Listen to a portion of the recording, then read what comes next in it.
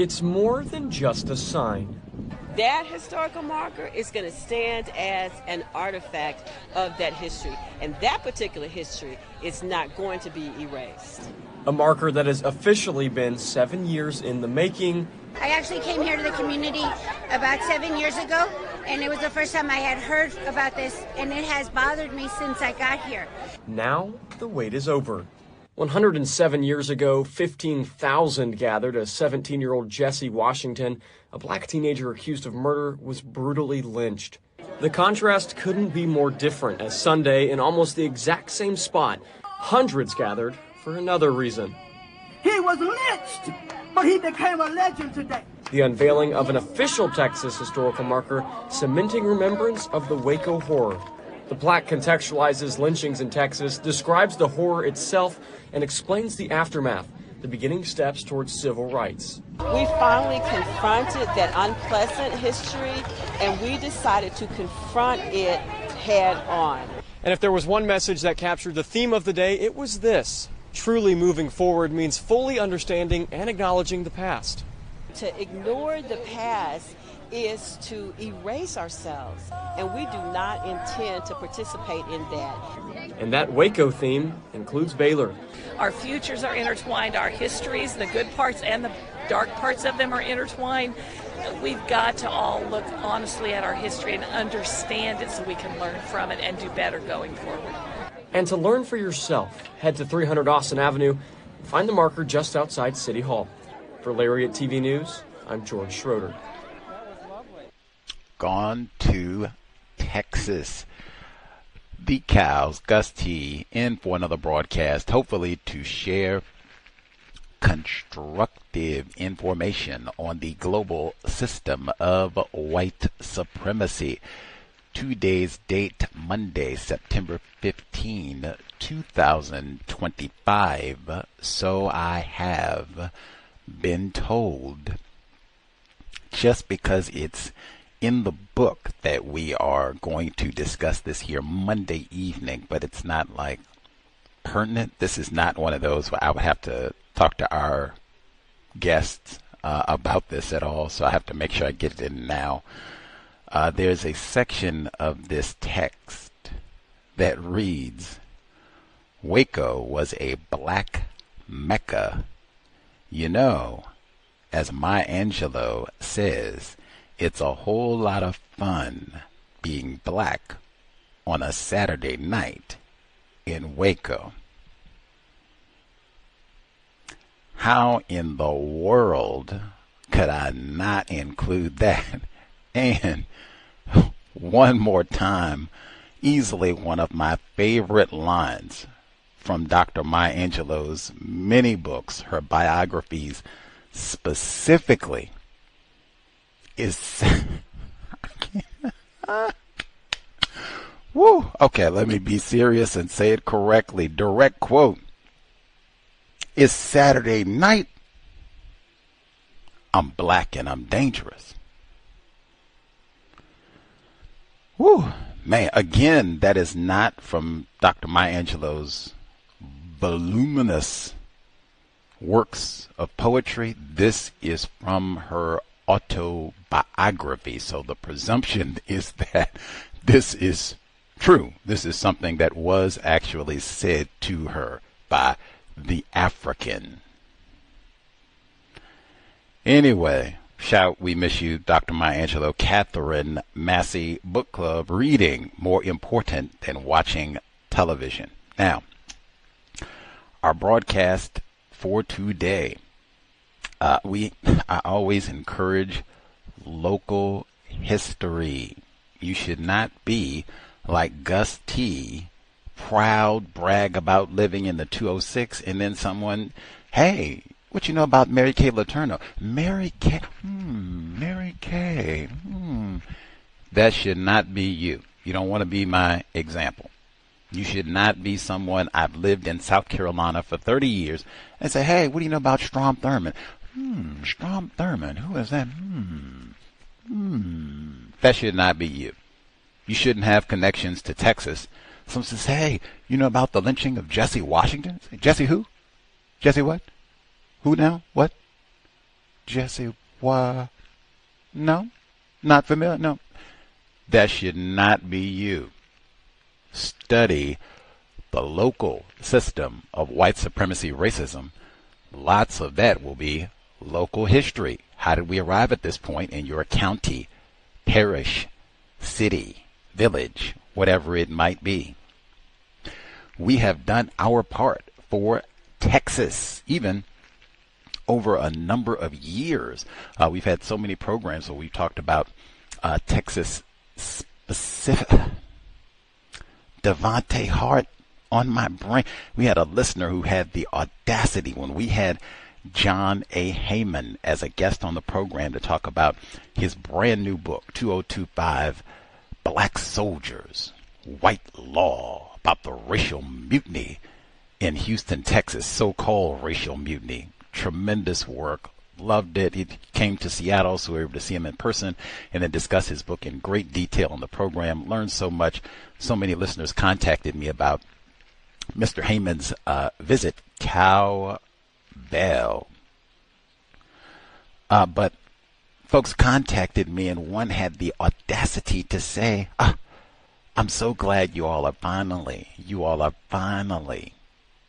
spending time discussing racism in Houston, Texas. I said, what? What? On Devontae Hart. You don't have to get to anything else. On Devontae Hart. Anyway, in the midst of reading about the racial mutiny in Houston, 1917, privileged black males getting sassy, there is quite a bit, or at least Mr. Haymond includes quite a bit of context about this event, which includes the East St. Louis, Illinois riots, as well as the 1916 lynching of Jesse Washington. Now, you just heard that they now have a monument to this event of white terrorism. Took many years and wrangling to get to that point. But that is included as important context for the mutiny, the black soldiers in Houston, and just important for, I think for a lot of people, they think of Waco and it's David Koresh. Really? Timothy McVeigh. Wait, can I get for white culture? One of the most important books of all time. The Turner Diaries. Tim McVeigh. And David Koresh. Now, I think that's what people do, where they should, because I don't ever think of Waco and David Koresh without thinking Tim McVeigh. That's how we got to OKC. Tim McVeigh out there peddling the Turner Diaries, which was about blowing up a federal building, and racist white people who don't like black males, raping black males. But that's what I think of when I think of Waco. But Waco was known as Barbecueville decades before David Koresh was even born. Jesse Washington would change how I would think about going to Waco or even getting close to Waco. But I could say that about many parts of Texas, James Byrd Jr., or the world. Our broadcast for today, inspired by Black Soldiers, White Laws. I said we can double dip for Texas, and then I don't want to hear no more lip. But man, you don't do nothing to talk about Texas. We probably already talked about your locale. We've been here for 16 years. We've been doing lots of work like this. Any hoodles, double dipping. So for today, wow, oral history anthology about black people's perspective, black Waconians' perspective on the lynching of Jesse Washington, what they heard about it. We certainly don't have any black people around with us currently who were alive at that point, but just how this has influenced what their parents, grandparents, other neighbors, black people in general told them, talked to them about being black, the town that they live in, Waco, racism, white people, but an oral anthology by a bunch of black people who resided, spent time, some of them actually born in Waco. The author of this brand new nonfiction anthology. His research explores the history, theology, and practice of sanctuary in South Texas. He is an adjunct professor of theology at St. Mary's University. The book we are discussing this evening, God of the Whirlwind, Horror, Memory, and Story in Black Waco. Will be grand to get to some of the details of the text, even talk to some of the folks who participated in putting all of this together. Joining us live, GTT, our guest, Dr. Tyler B. Davis. Dr. Davis, are you with us, sir? Yes, I'm with you. Awesome. Thank you so much for hanging out with us, Tad, for your Monday evening. And we'll have multiple people with us. So we'll do a little bit with Dr. Davis, and then we'll nab in other folks, see if listeners have questions as well. Starting with Dr. Davis. One, thank you again for sharing a bit of your Monday evening. For our listening audience, maybe this is their first time hearing about you. Anything, kind of a short introduction you'd like to share, who you are, the work that you do down in Texas?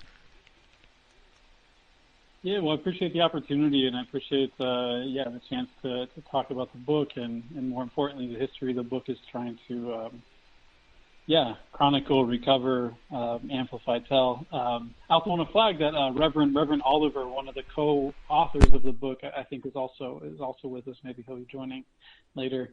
But yeah, I think I appreciate the introduction you gave. I don't think I have much more to add. I'm in San Antonio, Texas. This book, which is a collection of oral histories, is based in my time living in Waco. I lived in Waco 2 different times, and attended school there, but also worked in nonprofit there, and through kind of becoming connected to the community there, learned about some of these histories, and was struck by them and couldn't escape them, and so just wanted to listen to people's stories, and that's a little bit in that kind of broad way of where this book comes from.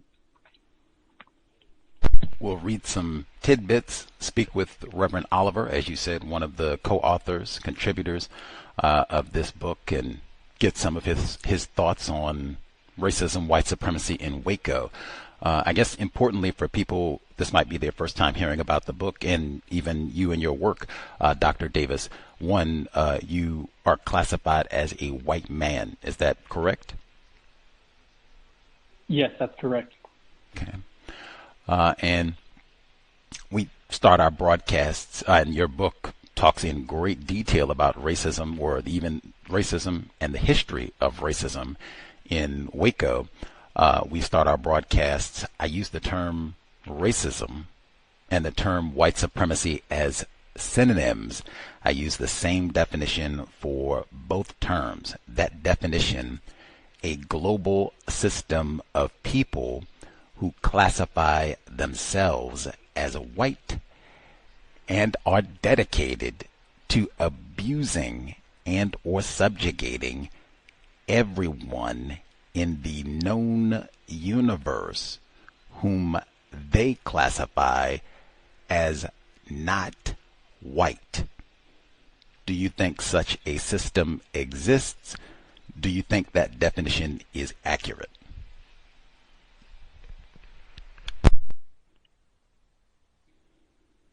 I'm reminded of your definition of W.B. Du Bois in The Souls of White Folk, where he writes that whiteness is the ownership of the earth forever and ever. Amen. I think, and he of course is writing inside and is a deep critique of whiteness and that attempt to own the earth.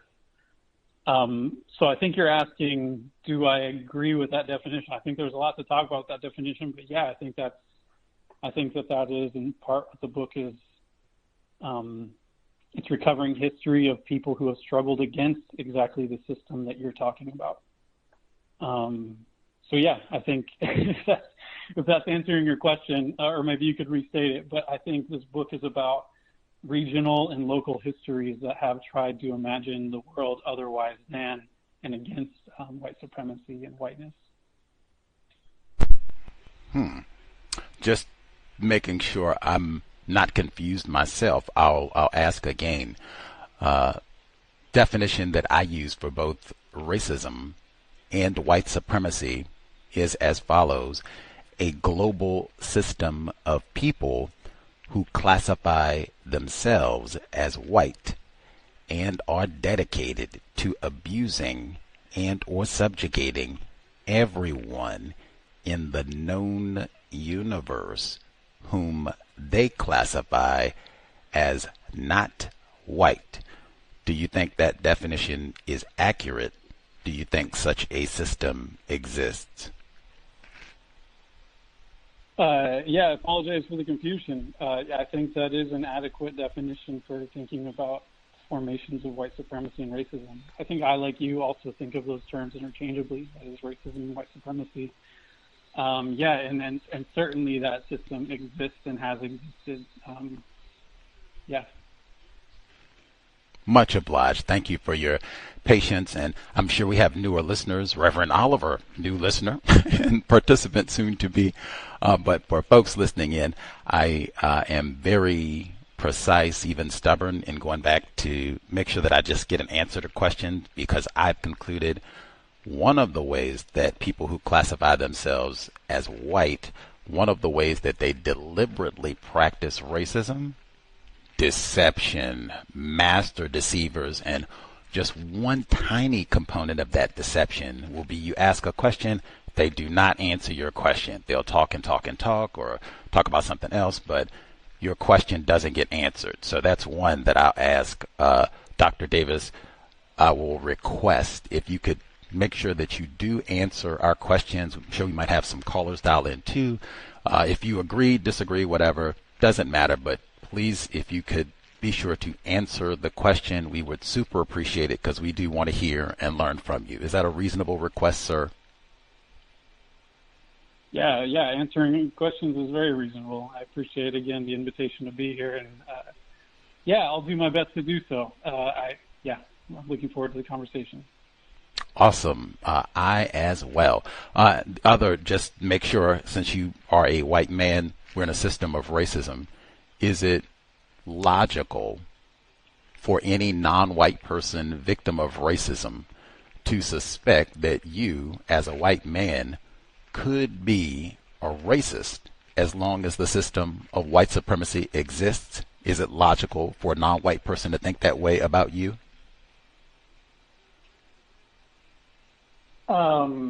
Yes, I suppose so. I think if you're asking the question about being suspicion based on my position and identity, I think that's certainly logical. Awesome. Thank you for honestly answering the question. Appreciate it. Okay. Before I guess we get to the book specifically, God of the Whirlwind, since this is so focused on Waco, as I understand it, you did not grow up in Waco specifically. Is that true? Yeah, that's true. I moved there later in life. Okay. That's what I thought from the book. Okay. Where did you grow up? Like what state, I guess? It's a hard question for me. I'm not trying to avoid answering it. I moved around a lot growing up, so I always, I have a hard time answering. But I grew up in the Midwest, the Mountain West, but at this point, I've lived more of my life in Texas than not. So I don't claim Texan, but I've been here for a while now. But I grew up before moving to Waco. Other parts of Texas, but also Colorado. Iowa.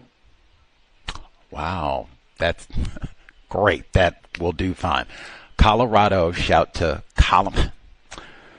Eric Harris, Dylan Klebold, but Iowa, it's Michael Swanko, if memory serves. Just from those two states, I have been to Colorado. I have not been to Iowa, but from our study of those two regions, Were you in these areas like in your formative, like childhood years, high school, middle school, 12, 10, that type of thing? Not so much Iowa, Colorado, yes, and Texas, but Texas more so. Yeah. Okay. Well, I guess I'll start with Colorado. In Colorado, I'm going to guess you were probably not around too many black people. Would that be accurate? Yeah, I think so. When I was in Colorado, early, it was in Aurora, Colorado. That's not a whole lot of black people in Aurora. That's where they had the theater shooting. No, I don't. Yeah. Wow, that's make my day for Colorado. And then you said you relocated to Texas. Texas is they do have sundown time. I don't know, what part of Texas did you move to? Not Waco. Yeah, I lived in a small town in West Texas, or they call it West Texas, but if you're from Texas, or if you're not from Texas, but the very north part, right, by Amarillo, a small town up there called Canyon. When I finally moved to Texas, it's named because it's close to Paladera Canyon. Fascinating. Okay. Did they have a high population of black people there? No, they did not. It's a very white space. Wow. Racially, that's two of them. Colorado, almost the whole state is kind of a racially restricted region. And then this chunk of West Texas. That is fascinating. I do think that's because in the book you describe going up in places without history. And I thought that was fascinating. I said, well, where did you grow up that has no history? So was that what you were talking about, West Texas? Yeah, and of course I mean that tongue-in-cheek, right? We know everywhere has a history, and histories sometimes have been erased. But yeah, those are some of the areas I was talking about. It seems like growing up that you read your social studies books, or and the important events are all happening, in the South or in New England or elsewhere. But yeah, so those are the places I had in mind when I made that reference. I see. Fascinating. Okay. Let's getting to, and this just was published this year, unless I'm mistaken, 2025, God of the Whirlwind, Horror, Memory, and Story in Black Waco. Were you trying to solve a specific problem with this book? And if so, what problem? Yeah, that's an interesting question. I don't think I've thought about the book as solving a problem before. I think maybe let me circle back. I still want to answer this question, but I suppose the way I approached it is during my time in Waco, I learned about the history of Jesse Washington, the history of the Jesse Washington lynching, which your program opened up mentioning, which is an important background to the book, which was called by Du Bois, The Waco Horror. I learned about that history, and I learned about it when I was working, especially in North Waco, in a black side of Waco, so to speak, in North Waco and East Waco. And the way I encountered that history was not just about learning about that lynching, but also learning about how that lynching has been passed on in memory and through stories in Black Waco, but also how it's not passed on in White Waco, right? So there's a kind of segregated memory in the city. And so this book, there's enough, developed over time into becoming a book. It wasn't a book at first. At first it was a story, and then it was interviews, and then it became a book. I didn't think of it as solving a problem. I meant it as, an attempt to sort of preserve, in one sense, these stories that are very powerful, right? And in another sense, to draw attention to the power of community stories to contest unjust systems like white supremacy and racism, and the ways in which community storytelling traditions can do that. So I suppose maybe you could say, right, this is an attempt to contest the problem of racism, historical and present day, or to draw attention to the way that that's been one mode of contesting racism. Again, yeah, I don't know if that got to your question precisely, but that's I think it's interesting because I didn't think of it as so much problem solving as I did. Man, I'm very moved by these stories, and I want to think through them with the community and with talking to people about them. And so that's a bit about its emergence. Okay, I think that qualifies as an answer. As a white man who did not grow up in Waco and moved around, Colorado, West Texas, that type of thing, did you get any pushback from any of the participants, Reverend Oliver or any of the other folks, or just any folks, period, relatives, family members, editors saying, wait a minute now, Dr. Davis, you are really smart and you went to school and studied and, you know, you got the credentials, academic credentials, but I mean, you are a white dude. You should not be the person putting this oral history together of all of these Black Waconians. Did anybody give you that pushback? You know, I didn't encounter a lot of that. I think in all of the interview settings and every time I was approaching someone, I think there was initially always the kind of question of maybe what you asked about earlier. We're asking about earlier when you said, is it logical for someone to, you know, think you might be a racist? I think you know, there was a suspicion of why I was interested in the story. You know, Reverend Oliver might be able to speak to his own experience of collaborating in this book, and but I didn't so much encounter pushback as, you know, I think initial suspicion, and I think through conversations with those that I approached, it became, you know, I think it became clear, you know, through our conversations and collaborations, this wasn't an attempt to repossess or appropriate a story. It was other stories. It was an attempt to try to draw attention to them. I say in the introduction to this book, this is a kind of recovery project in the sense of recovering storytelling traditions, but not recovery in the sense of, you know, regaining something that is lost. I'm not doing any recovery in that sense, but recovery simply in the sense of trying to direct others' ears to a story that has been told and is still being told, or not just the one story, but many stories. Yeah, so I guess, again, to circle back to the question more precisely, I think I don't think it was, I think there was maybe some initial suspicion, but I think part of the dialogical process was, learning to, hearing people's stories, but also doing so in the context of developing relationships with this community. And I think that played a role, I think, in developing this project. I have that in my questions to ask Reverend Oliver. Thank you for your patience, Reverend Oliver. Almost with you.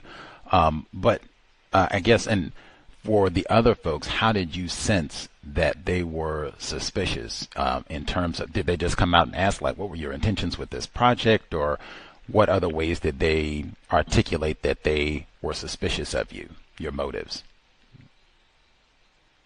Well, I guess I want to answer that in maybe a few ways. I mean, some folks,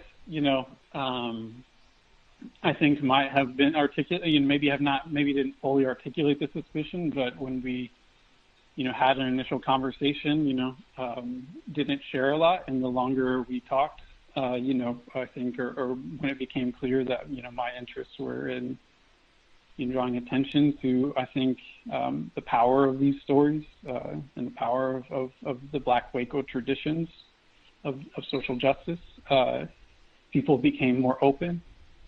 Others, I think, in cases where there weren't suspicion, it was because some of the people that were interviewed in this book I was friends with, that I had actually worked with. I mentioned working at a nonprofit in North Waco, and a few of the people that are interviewed in here I worked with at that time, Stevie Walker-Webb or Maud Carter. They were both working at the theater and at the nonprofit at the time, and so I developed a friendship with them. That's kind of another, I think, relevant background to entering into this project, and it's from them that I learned about the history of the history of the Waco Four and the history of the tornado storytelling tradition specifically as a way of retelling that story. So yeah, I think somehow I think some ways the suspicion was maybe not necessarily fully acknowledged, but it meant I think it meant learning what my interests were in the story initially, and through, I think, conversation, maybe it became clear what this project was about, and I think that people became open to it from there. Context of White Supremacy, Dr. Tyler B. Davis. If you can speak up, some of the listeners said just make sure they want to hear the answer, especially as we get into some of the important details of the text. Already kind of there. That would be appreciated, Dr. Davis. I guess before I get to some of the specifics, and then we can get Reverend Oliver as well, I know these types of books, and when I say these types of books, like a local history, this is not The Hate You Give or The Bell Curve. This is not The Turner Diaries, meaning these generally are not like bestsellers where everybody's got to have this, and Oprah's going to do this Book of the Month club. I mean, if she will, hey, prove me wrong. I'll stand corrected.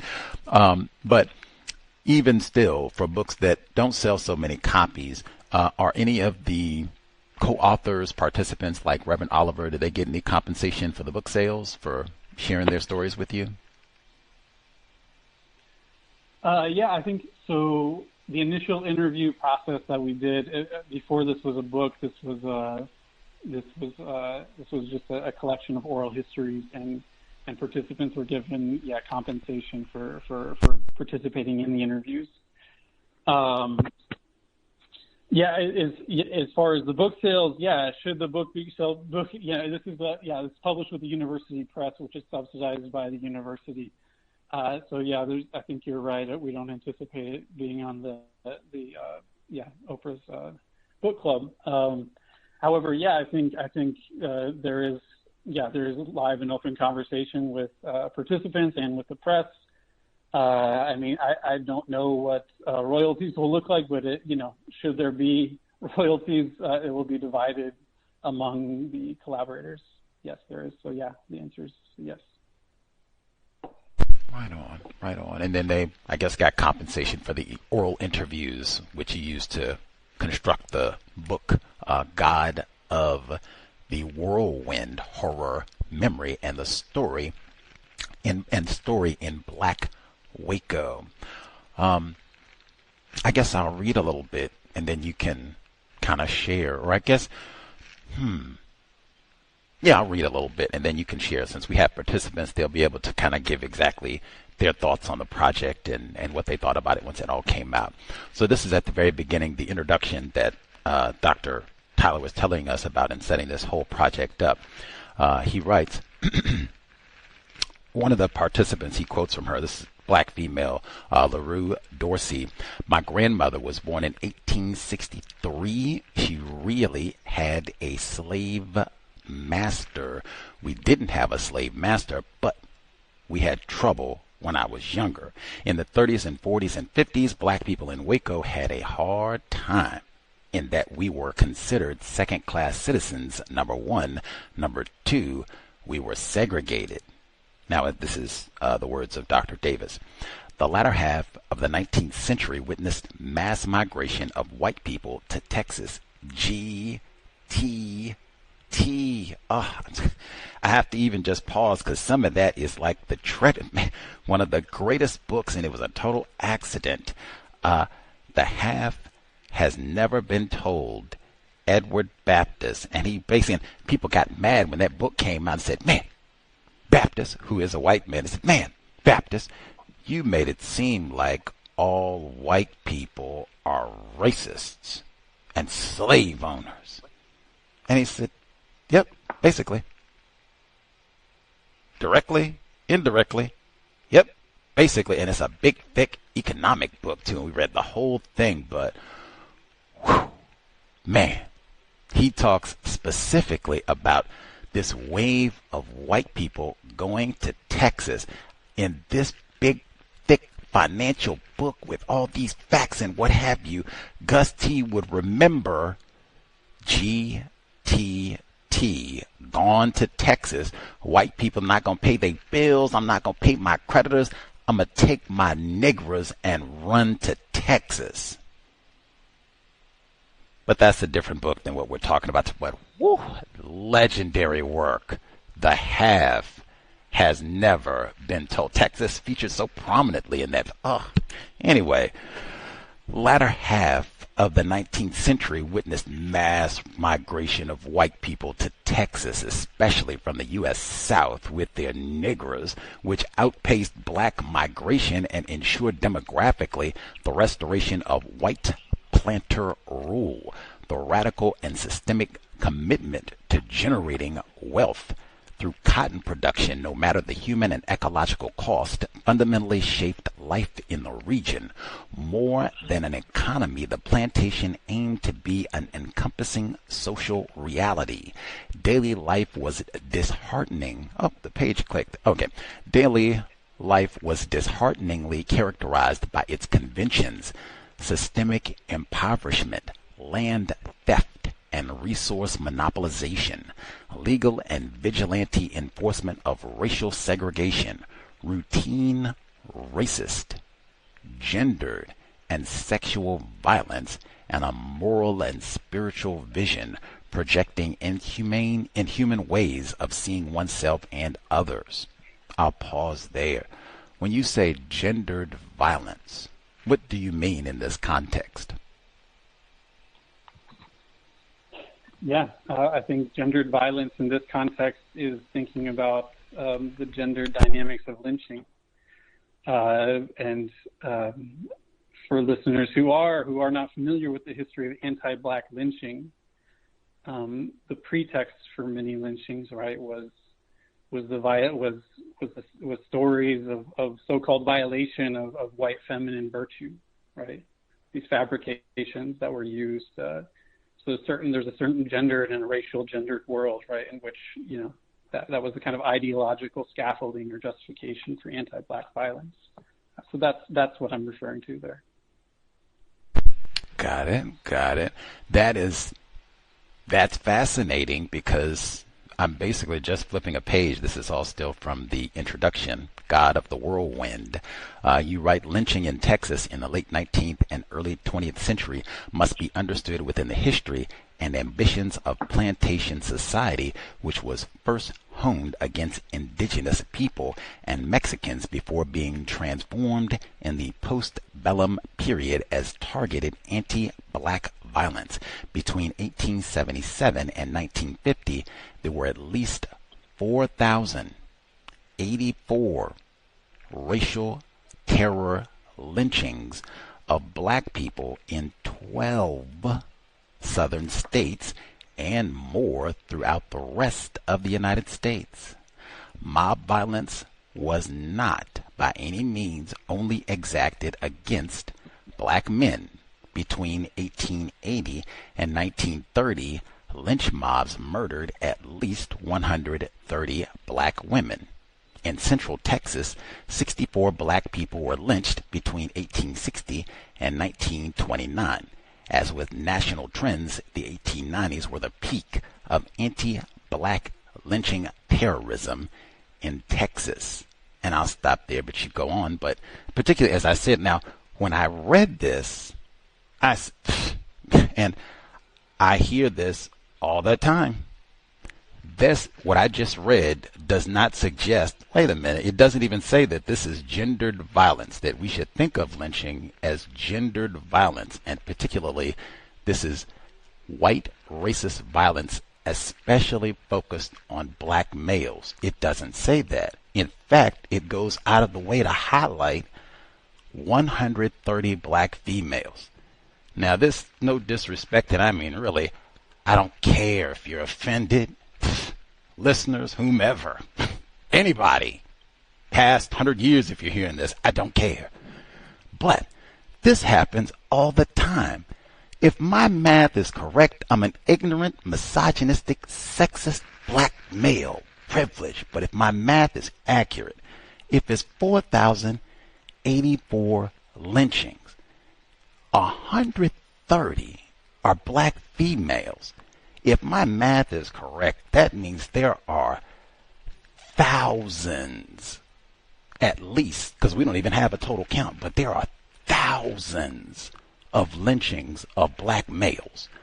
We can't even put the plural on to say hundreds of black females.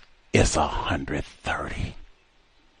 I'll give you as many extras as you like for the black females, but why are we going out of the way to highlight the minuscule when the big pattern is this is specifically targeted racist, anti-black male violence? You just said it's gendered verbally. Why didn't you state that verbally why didn't you state that literally in the text, since it's obvious the data supports that, unless I misread? No, you didn't misread. I think this section here, I'm not doing any original historical research. This is a synthesize. This is, these numbers. I mean, some of them come from Equal Justice Initiative study from, I don't know, a decade ago now, on what they call racial terror lynchings is the language they use.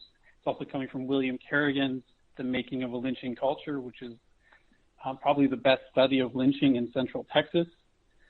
I take it that in the historiography, it's your point that it's gendered, again, that it's gendered, targeted, anti-black, that lynching is gendered and targeted towards black men has been a dominant theme. So this is simply a note, again, following some of the narratives to highlight that it's not exclusively, even if it is dominantly the case.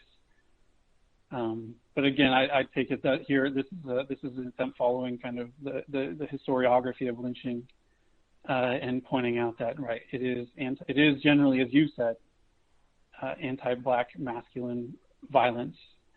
But it is not only the case, right? And these lives and people that are behind numbers such as these also should be paid attention to. So that's what's going on here. They lynched white dudes. They lynched an Italian. I mean, it's a whole lot. They probably lynched a dog somewhere in there. We had a guest on talking about the Lynch Quilt project that specifically focused on black females being lynched. But again, if it's thousands of these are black males, and I'm putting specific emphasis on this because as someone who talks about history a lot, even the book How We Got Here, Black Soldiers, White Law, they hung almost 24 black males, and the context for that hanging was uppity black males. And I've raised this point with Mr. Haymond on the program, not during the lecture, and the evidence would support that. And I'm raising it because it's not discussed that way. This is common both now, even when we talk about police violence, because the numbers look exactly the same. Mostly it's privileged black males who get shot.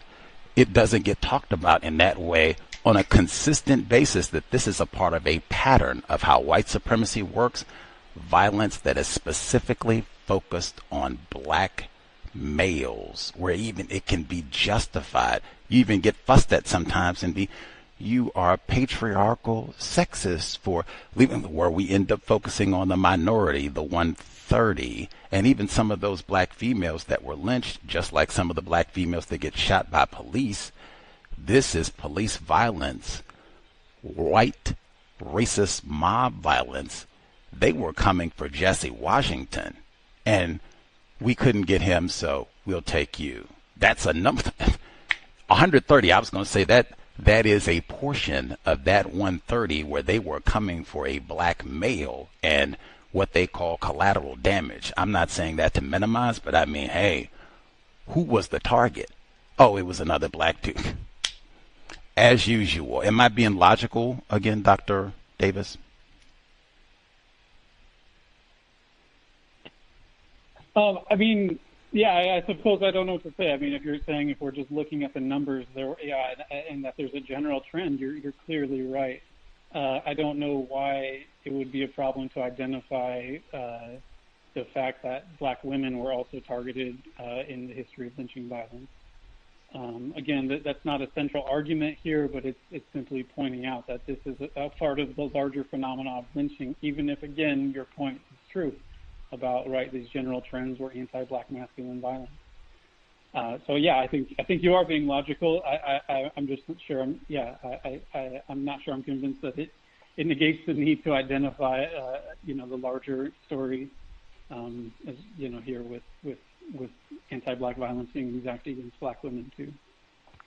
Oh, there isn't a problem with the 130 numbers of Black females that were lynched. It's no problem with that being included. What I'm citing is a problem, and might even be a deliberate act of racism.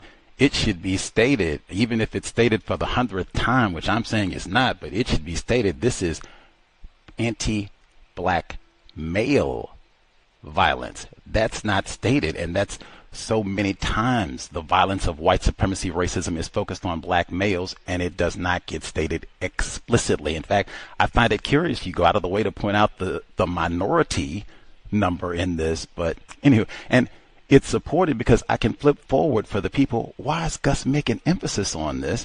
I'm just going by what's in the text here. This book is centered around the lynching of a Black male. We could have picked a bunch of them. James Byrd, we could have picked some newer ones. We could have picked some older ones. Yes, Sandra Bland, Texas too. Yes, but I mean, wow, the overwhelming pattern here. Got it, and the overwhelming pattern, it's enforced in the text. When you read some of what the Black people, what did they say? This is, make sure I get the name correct here, LaRue Dorsey. So she's the first participant, I guess, oral interview, organic intellectual, that's the term Dr. Davis used to describe them. So I'll give you full context. So I'll read a paragraph here. This is Mrs. Dorsey's interview, I guess we'll call it, what she shared. So she says, "My stepdaddy left town because of Jesse Washington." Even that's the type of thing that I'm talking about. It's so overwhelming. She didn't say the whole family left. We all left. She said the privileged Black male left town. Sentence 1, keep going. They hanged Jesse Washington up on the courthouse yard downtown. He thought they was going to hang him next. He was like 16 at the time. He was afraid. All Black people were afraid that anything, because you couldn't prove what actually happened. They wouldn't take your word. What I'm saying, and most people didn't have a lawyer. They couldn't afford a lawyer. That would be the case now. Plus, lawyers wouldn't take them anyway. Jesse Washington, that was before my time, but everybody talked about my grandmother and those who were living. My dad and others, they went down. Well, they stayed downtown and saw it. They all flew home because they didn't know who the next one he was going to grab to hang. They said that he had whistled and had done something to this white lady, and they hanged him. So that was, scary. It has been scary, particularly for Black men, and it's still scary for Black men. That's from Black female, unless I'm confused. And this sentiment, it pops up again in the book. And I'm saying, as someone who studies this is not how racism is discussed on a regular basis. And in fact, if you do point this out, many times you will be chastised as being a sexist, patriarchal, anti-female, privileged Black dude. That's the type of names that they'll call you. And Dr. Tommy Curry wrote a whole book about this, but I'm saying that, and it's right in your face. It's in the statistics. And then when you just listen, what did the people that you talk to say? In fact, Mr. LaRue, anything that you want to share about the portion I just read? Her stepdad having to leave town because of what happened with Jesse Washington? No, I'm glad you draw attention to it. I mean, yeah, I hope you don't hear me as trying to deny the general pattern, the large pattern, the overwhelming pattern, right, of anti-Black lynching, that it was masculine. The point here is not to draw attention away from that. And you're right, the book is about Jesse Washington and centered on that. It's also Thank Majors is another Black male who was lynched, who has family relationships with people who are in the story to Nona Kirkpatrick. She talks about this in her chapter. So no, yeah, none of this is a denial or a disavowal or attempt to erase or hide that reality which you're identifying. So that's, I'm not trying to deny that. I hope you don't hear me as denying that. It's to point out, right, again, it's just to point out what it's saying here, that there's also cases beyond anti-Black masculine violence when we're talking about the history of lynching.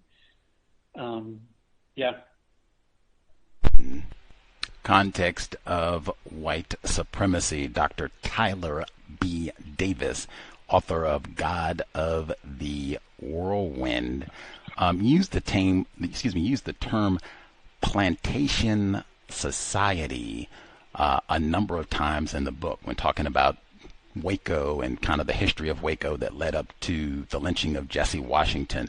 What do you mean when you use that term Plantation Society?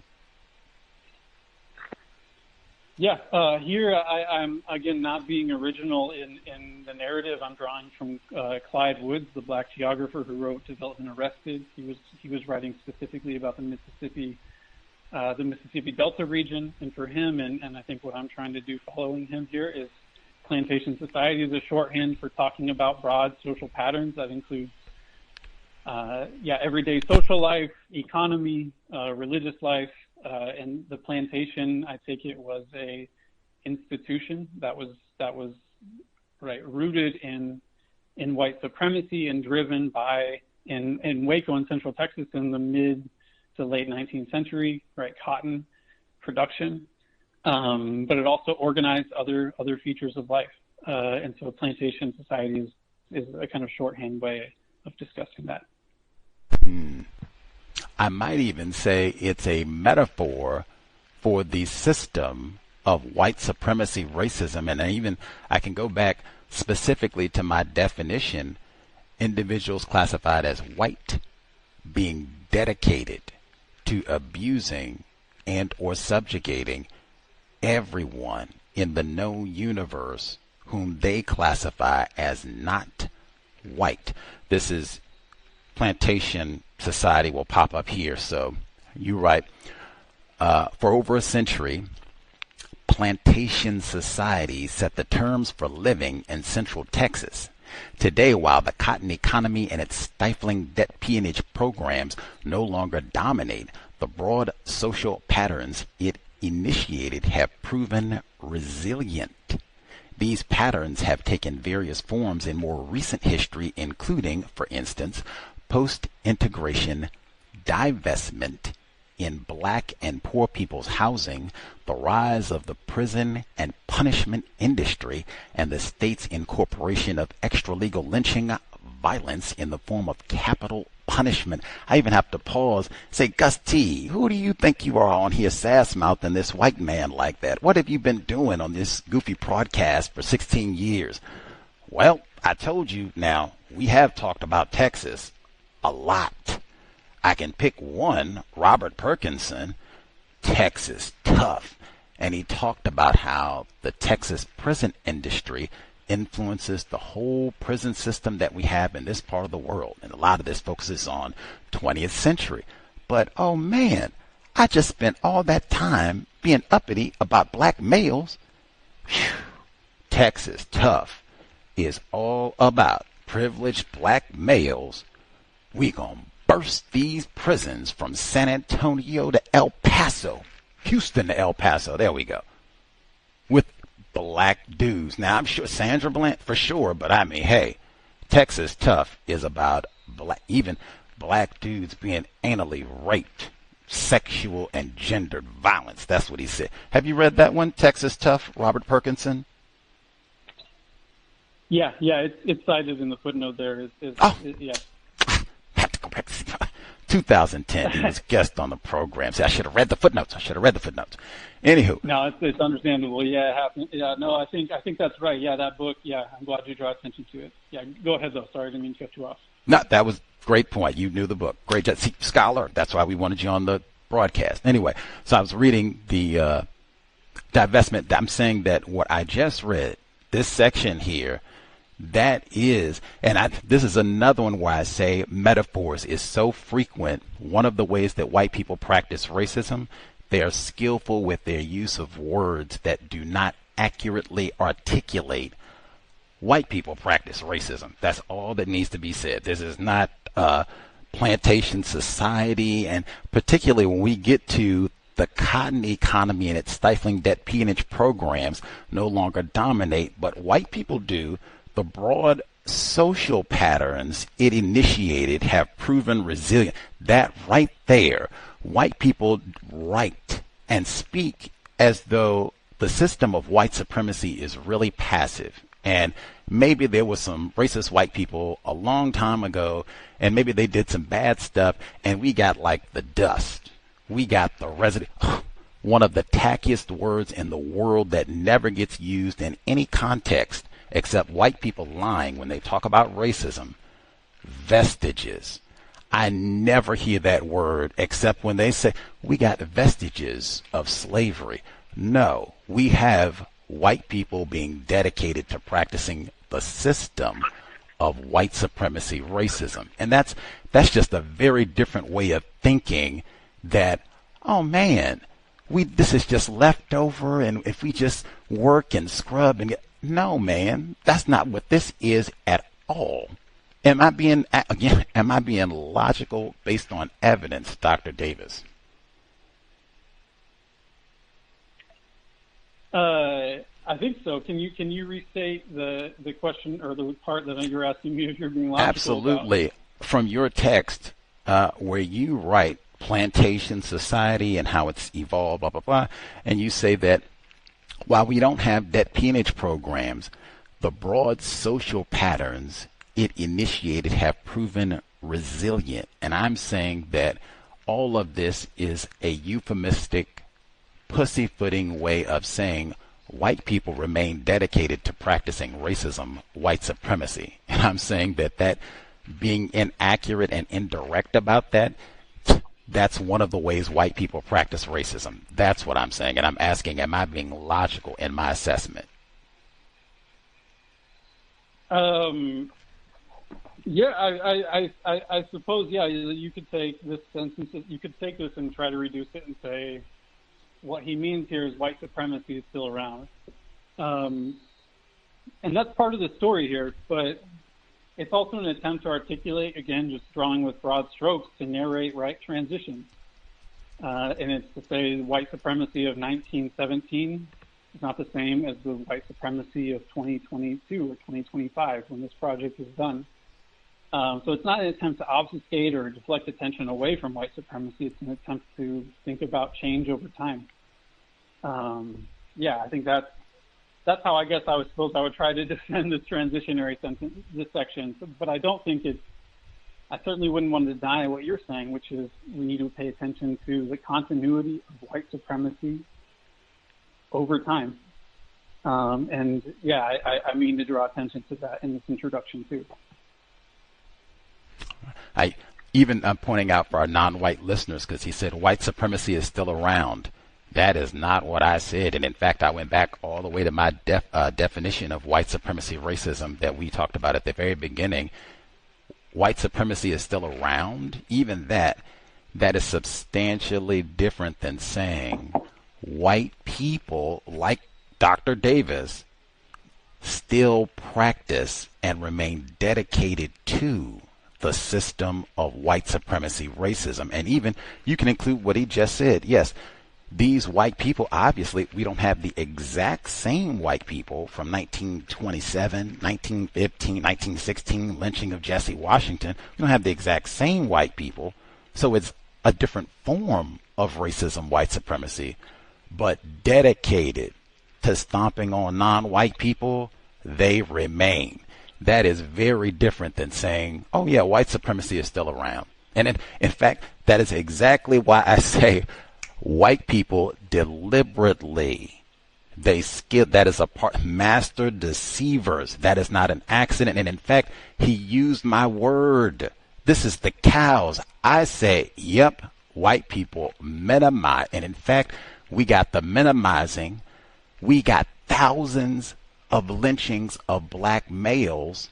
The focus goes to the 130 black females, minimize, obfuscating patterns and that residue and dust, as opposed to white people remain dedicated to practicing racism. I say that all the time, and I use the word you just used, obfuscating. I suspect that's what it could be, consciously and or subconsciously. Actually, I have to retract. White people do this deliberately with great skill, acumen, all the time. They make up new terms, white fragility, like, woo, they are amazing at this. Master deceivers. Last question, Reverend Oliver, and then we will have specific questions. Your uncle, the whole nine. Dr. Tyler, well, that would have been correct. Dr. Tyler B. Davis. Who do you think is more informed about what racism, white supremacy is and how it works? And I just want to make sure I'm clear. I do not mean how it felt. I mean the daily mechanics. How are we going to get sheets for all the niggers that we have locked up in our Texas jails? How are we going to commemorate the lynching of Jesse Washington, celebrating, that this was a great thing? All that. How do we coordinate messing over the school books that the black children are going to get? You talk about that. Who is more informed about how all of that works? Do you think people classified as white, like yourself, are more informed about what racism is and how it works? Or do you think that non-white people are more informed about what racism is, how it works? I think non-white people who have experienced the brunt of racism and white supremacy not only know what it feels like, but also know how it works better. I think this book is an attempt to bear witness to that in collecting different people's stories and theories and analysis and experiences and memories of the history of racism and white supremacy and struggling against it. How do non-white people demonstrate that they are more informed about what racism is and how it works? In the context of this book, they do that not only by sharing their experiences of what things felt like, what it was like to be in a certain time in a certain place and to experience white supremacy and all of its violence, ordinary and spectacular, but also in analyzing it. I think when you do across these oral history interviews, there's movement from memories and stories to also theorizing and analysis. People are doing both all the time in the book. Not just storytelling, it's also theorizing. That's why I use the term organic intellectual, to draw attention to the complexity of both recounting an experience, but also theorizing it and making sense of it. So I think, that's how it's demonstrated both in the storytelling and then also in reflecting on the stories that are being told. We're going to hear some of those stories in a moment. And then one of the storytellers, Reverend Oliver, I said this is my last question. You are a white man who has not experienced, you've never been a victim of racism, but you are informed about racism. You put this whole anthology together. So you're informed about racism, true? Oh, are you asking me? Yes, sir. Yes. Yeah, I think I've spent some time trying to learn about racism. Yes. Did you hear any racist jokes in your travels, Colorado, West Texas? Did you hear any racist jokes when you were in these racially restricted regions from other white people? I'm almost certain I did. Not one specific experience or memory is coming to mind as you ask the question. You say you're almost certain you did?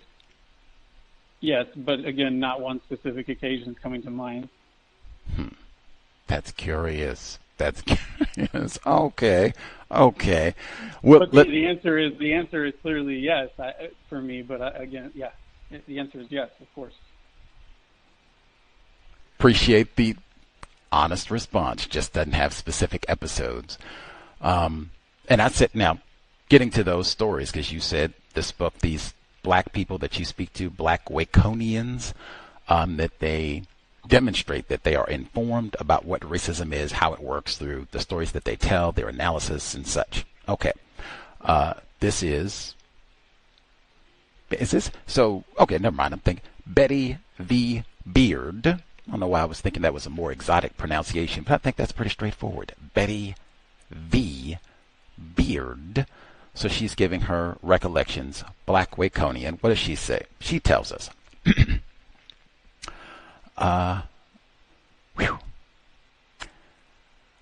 Back up a little bit. I'm going to give you the... Okay, here we go. My mother wasn't aware of the extent of the damage because she's talking about the tornado that went through. This is decades, 1953, after the lynching of Jesse Washington. My mother wasn't aware of the extent of the damage because she was at the Medical Arts Building on the corner of 9th Street and Austin Avenue, which was just 1 block away. The damage didn't go past North 8th Street. When you go on up to the Medical Arts Building, it's on the corner of 9th and Austin Avenue, 1 block away. The wind was powerful, but I'm not talking about the type of damage that they had downtown, the destruction that was just a block away. They didn't have that type of destruction right there on 9th and Austin Avenue. I always knew where it stopped because my mother was relieved that she walked that way and was able to get into that building. Now, there were stories in the community that were passed around because you had black people who were in the tornado, just like my mother on the bus. You had to get off the bus. Well, now you find yourself down on 6th Street in all this craziness. It's dark and the storm is here. You want shelter, but they don't open the door at this building, or they won't open the door at that building. When I got older, what I learned is that we didn't understand racism. I would love to say I inserted a word or changed it around or did some old slick Negro magic. Nope. I'm going to read it again. It says, when I got older, what I learned is that we didn't understand racism. And she didn't even just put the singular, like, I'm going to just claim my own ignorance. This is like a collective whammo. We just knew that there was a division. You knew that there were ways that we lived. You knew what you could do and what you couldn't do, where you could go and where you couldn't go. I think of it as racism. I thought of it as segregation. Neely Fuller Jr. said they get slick with them words. You don't belong here. You belong over there. They were not allowed into the buildings like the Orpheum Theater. Well, when those people who were in the Orpheum Theater died, but the people who were outside lived, some black people would say, this is God's way of telling y'all about how wrong you've been, how badly you're treating us. Now that's kind of a big one there. There are more. I could read them, but some of them, these are the ones that we've heard before, like painfully, thousands of times. Heard that a few. We didn't talk about it. Too painful. Jesse, just didn't talk about it. We didn't talk. Heard that from a lot of folks. It's very difficult to convince me, Dr. Davis, that black people are more informed about racism when so many of the black people, even in your book, said, we didn't talk about no Jesse Washington. We didn't talk about no racism.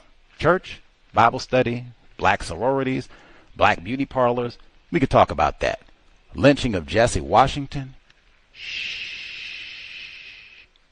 I read that in the book, and like I said, the only reason I didn't read that is we've heard that bunches of times.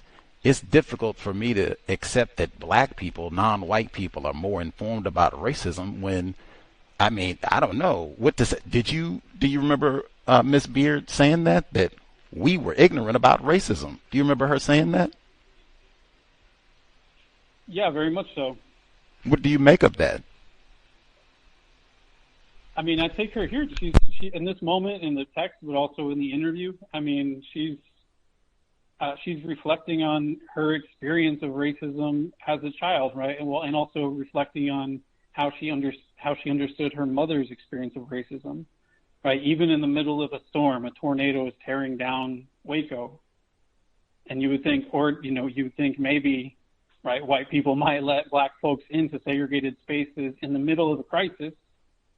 You might not think that, but they didn't, right? The white supremacy held through the experience of a crisis situation, and she's saying here that I at the time she didn't understand it as racism. It was only later that she would understand it that way.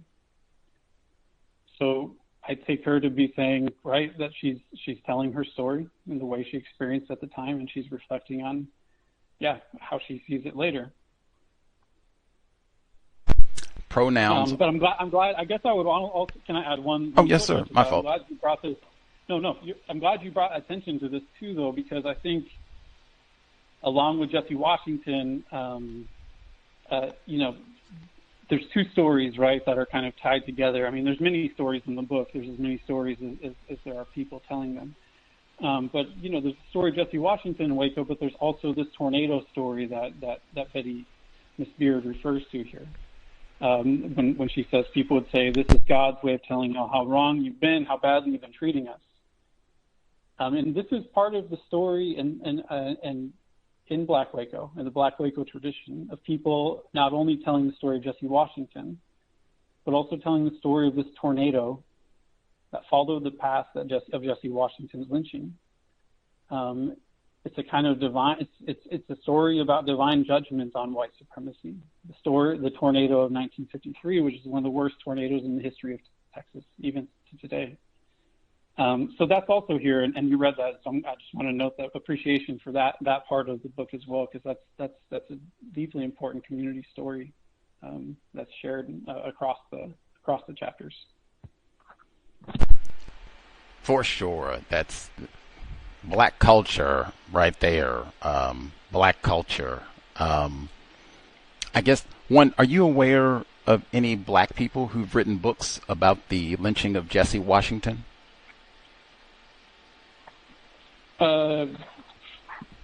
Yes.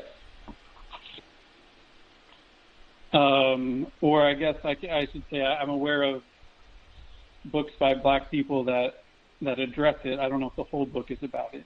I know Terry Ann Scott's Lynching and Leisure, Race and the Transformations of Mob Violence in Texas. It's not entirely about Jesse Washington, but Jesse Washington is a major topic in that study. I have to think. I was thinking of a whole book, but all right. He said, right. Thank you for giving the complete answer. Not completely about Jesse Washington, but is a chunk of the book. Okay, we'll have to check that one out. Terry Ann Scott, much about. You said this is a black female author? Yes. Okay, I'll check that one out too. Kudos to her. I'm sure it's great scholarship. Check that one out too, especially folks in the Texas area. Are you aware of other white people who've written books about the lynching of Jesse Washington? Yes. Okay. An entire book, like the whole book, is focused on just this one lynching? I think the one that's most focused, I I mentioned one earlier, The Making of a Lynching Culture by William Kerrigan. Jesse Washington is in that book throughout, but it's also more broadly about lynching culture in Central Texas. The other one that would be The Second Waco Horror by Patricia Bernstein. I think Texas A&M Press published that a few years back, early 2000s. The Second Waco Horror. That's almost entirely about Jesse Washington and in Waco specifically. he mentions that book in the actual body of the book. So I didn't mess up because I didn't, missed out on the footnotes. But Miss Bernstein is a white woman, and Mr. Kerrigan, I think that's a white man. That's the other type of thing that I point out as well. I've seen that many, many times where white people will say that non-white people are the experts. Then when you go and look and say, well, who's put together a project on this? It'll be white people. And lots of times, I just told you, we had John A. Haymond as a guest on the program. Racial mutiny, white man. This wasn't the first time we had talked about that. Previous author, racist suspect. That's what I'm saying. I don't even know any black people who, I think there was a long time ago, but it's very common to find subjects on lynchings and all aspects of white supremacy, racism, where the experts are white people. Very common. And even you include in this book, there were many black people in Waco. They had never, what I just said, shh, we don't talk about that. I heard that over and over, and that is black culture. I've heard that from now to Trayvon Martin, Sandra Bland. Shh, too painful. We don't talk about that. I don't know how you can be an expert on a subject where we don't talk about this. That's what Bill Russell said. Louisiana, right next door. They lynched a black male, privileged, and in fact, it was in the newspaper. You all had better not talk about this. Who said that? Usual suspects. But they told the black people in Louisiana, you had better not talk about this or else. And so it was, shh. I don't know how you can be an expert on the subject matter if you are trained not to talk about it. And that's in the book, right? Repeatedly, many black people said, hey, we didn't talk about it. No, you don't talk about no Jesse White. Am I being truthful? Yeah, no, that's right. I mean, I think in some ways, in the context of these interviews, what emerged was it's kind of generational. I mean, it was post civil rights movement and some people's stories when the story of Jesse Washington began being told. And Nona Kirkpatrick's story, she doesn't really hear about the lynching of her great uncle, Sank Majors, who was lynched in Waco about a decade before Jesse Washington. She doesn't really hear that in her family stories until integration in the 60s, when she's going to have to be around white people more often. And so her family finally talks about it, she says, her grandmother. And she talks about it, though, as a kind of warning. But before that, it hadn't really been talked about, I think, to your point. But it seems also that it's talked about more in younger generations, or that's I think one pattern in the book. I think you read it right on that point for sure. I thought it was such a recurrent. It's a recurrent pattern both within the text and, like I said, within broader Negro culture. Where I think one of the I think it's black male, where he leaves and he's talking to somebody else and says, oh man, Waco, that's where they lynch black people. They said, oh no, they don't do lynch. No, stop talking crazy. He said, oh yeah, I seen it. I got a book right here. Jesse, what? Yeah, see, that's right. And he's like, what? No. But I've heard that sort of thing over and over and over. So yeah, you can't be an expert. Like, you get an F. You don't even know who Jesse Washington. F. Just anyway. And then the people who write the books about this are white. That's what I mean. Like, I think white people are lying to us on that one too, when they say that the experts on racism are black people. And even it's slick because they'll say the lynching of Jesse Washington is black history. No way. It was mostly white people present at that event. And I mean, my understanding of historians, they talk about agency. The people who had the most agency in that event were white. Dare I say that is white history more than anything else should be thought of in just that way. Not Negro history, white history. And in fact, that's the question. Sorry, Reverend Oliver. This is what we would normally do, is question white people. I have got to get in 91. This is white culture. That's how this should be thought of. They did thousands, not once, not twice, thousands of times and bragged about this, passed on to their children. We had white guests come on and talk to. He had white people call him and say, man, you're an anthropologist. What do I do? My grandfather died and there's a Negro finger in the attic. What do I do? That's not even singular. That's over and over. Oh, yeah, we got Negro testicles in a jar. Oh, yeah, mummified finger. Oh, yeah. They were at the lynching in 1920. And blah, blah. Jesse Washington, blah, blah, blah. White culture. How could I leave this out? He mentioned it. Thank you. I need it as Nona Kirkpatrick, Anthony Fulbright. Thank you. She says, let me make sure I give the full context so we can get white culture and then we can get Reverend Oliver. Full context. The peculiar thing about Sank's lynching was that they just had a kangaroo court style trial that probably lasted 30 to 40 minutes. But he had a real attorney. Hey, he was privileged. Now, Sank's people didn't have any money, so that wasn't why he was doing it. But this white man back in 1905 put his life on the line to defend him. The Ku Klux Klan threatened to burn the man's house down with his family in it, so he asked for a change of venue. He must have had good reason to ask for that because it was granted. But it was a hot summer night, and the more beer the Klan drank, they decided that it wasn't going to be any change of venue because they didn't break down the door at the jail because the jailer said he had just got a new door. He wasn't going to make them break it down. Hey, my door is worth more than this Negro. Sorry. Fulbright. Oh, he let them in? That's just borderline. Kilpatrick. Yes, so he let them in. That's when the lynching started. I think it's in Bernstein's The White Woman, of course. She provided me with some other. I have to read this again. It shouldn't be this way. I thought she was the expert. I'm going to read this paragraph again.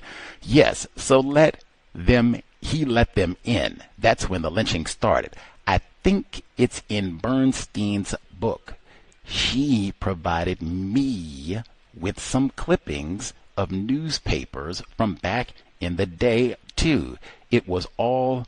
Oh, in fact, the Waco Tribune Herald finally printed me an apology for their part in it because every day they started with an article about Sank as the Black Beast and the Black Brute. They were very racist.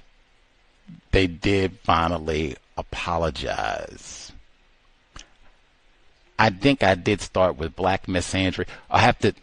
The last portion I was trying to get with all that, they thought that white people might come and dig up the body because the day after he was lynched, his brother Curtis Majors came to Waco to clean the body. They had some kind of little rinky-dink train that ran between Waco and Galinda, wherever it was. They shipped the body back off. They took it out. What was left of the body, they took it out and burned it in Major's Chapel Cemetery. I said, man, no gravesite, and they were afraid white people were going to dig it up. I had to highlight this because I said, man, echo white culture. I just told you we talked about in Houston, right down the road, John A. Haymond's new book, Black Soldiers, White Law. When they lynched all those privileged black dudes for mutiny, they had to have guards on duty. Repeat what you wrote in the book. They were afraid white people were going to dig up the body. Gotta have my memorabilia of the Negroes. Oh, we put them down. That's white culture because that's happened over and over as well. You included it in the book, that digging up of Negro graves, and either we lynch Jesse Washington or St. Majors or whomever, and then we got to go, I'm going to get the knuckles, I'm going to get the testicles, I'm going to get a part of the body. That's a part of white culture. That's what white history. Isn't that a part of white culture? And what are your thoughts on that part of white culture, Dr. Davis? Yeah, it's a horrendous and disgusting part of white supremacist culture, white culture, as you're putting it. I think it's part of these stories of lynching. And Jesse Washington, I think you mentioned in the opening Barbecueville, right?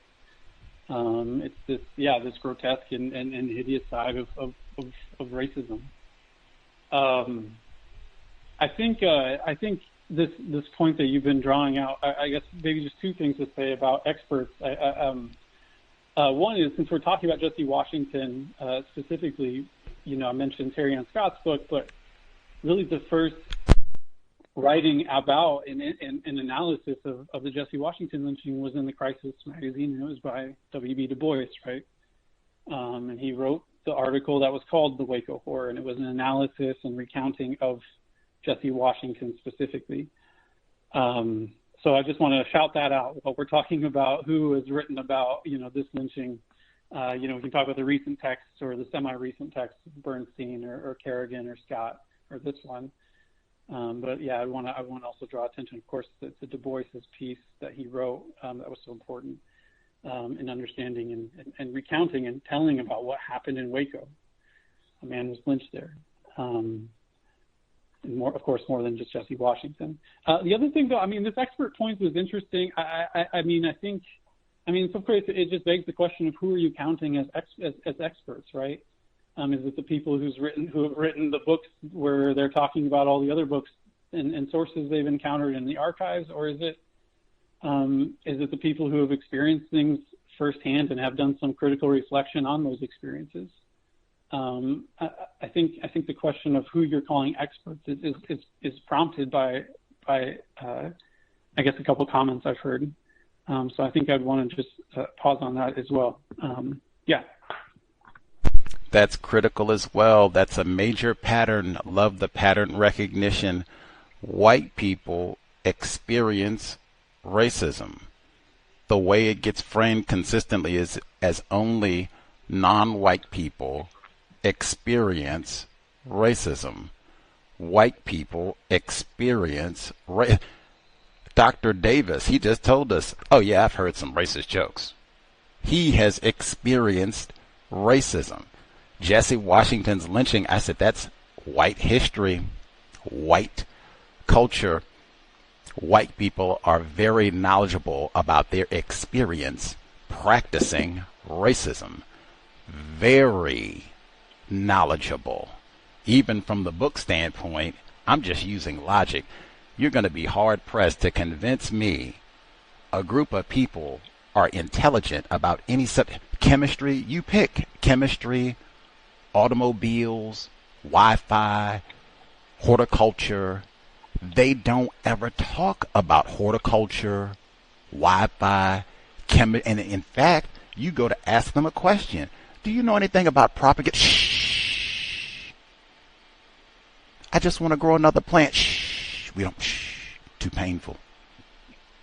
I would question your credentials. Like, man, you're not giving me any information, and then you get all sensitive about all this and telling me to shut up. That's one. Expert. I just ask anybody, use the drunken logic test. If this person says, hey, they were giving me information about this, it wasn't the other way around, who is the expert? Which way is the information going? I'll point out as well, none of these black people, I just said, none of these black people experienced Jesse Washington's lynching. All they did was hear rumors and Negro gossip and what have you about this. You cannot dominate a group of people for centuries and be stupid. The only time that I hear white people even do this and have pushback about their expertise is when it's, hey, white people are experts about racism. That's the only time. Whoa, whoa, whoa, whoa, whoa. Leroy is pretty smart about racism too. No, Leroy is not. I could be I can't even say I'm in error. I read your book. I heard lots of black people say, we didn't talk about this. I didn't know nothing about this. I'd never heard about this. That white woman sent me information about this. That's what I heard over and over and over. I did not hear no detailed scientific scholarly expertise, exact dates, times, names. That's not what I heard at all from the black people. But we got some of them here. Reverend, and again, new listeners, this is normally what we do. Have to remind, we have a white guest only policy. Like, it's like in the structure of the program. this is what we do. Talk to white people about their projects. I've just said I've concluded the experts are white people, so that's how the program is structured. Talk to the experts. So this is normally what we would do. And even we would only have one person as a guest on the program.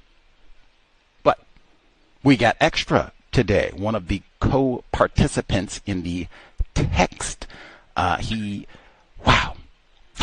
We might even be able to get some more black male privilege in here. Like, woo! Really tickled to have him joining us. I'll be even curious to hear how he met Dr. Davis to be one of the participants in the text. Joining us live as well. Let's see. Reverend George E. Oliver, thank you so much for your patience, sir. Didn't mean to make you wait half of your Monday evening. Reverend Oliver, are you with us, sir? Hello there. How are you doing? I'm still learning. Glad to have you with us, Reverend Oliver. For listeners, I'm sure this is their first time hearing from you unless they have read Dr. Davis's book already.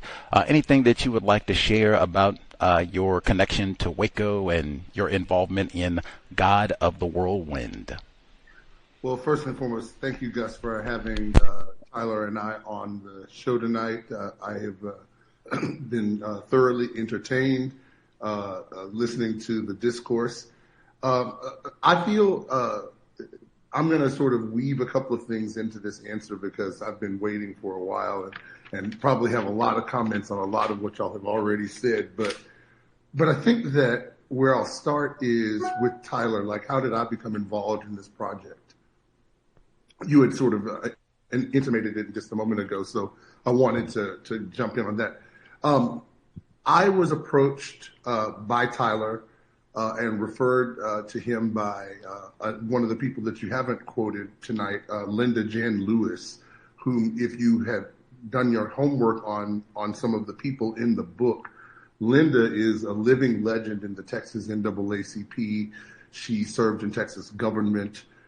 She is presently one of the litigants in some of our voting rights cases that are in federal court to fight gerrymandering and to fight some of these atrocious voting laws that we have here in Texas. And so some of the people mentioned in this book are living legend Black folk that I hope you take some time. She was just honored by Politichick up in Dallas, along with several other important sisters, for her work organizing for the Texas NAACP and the Texas Democratic Party.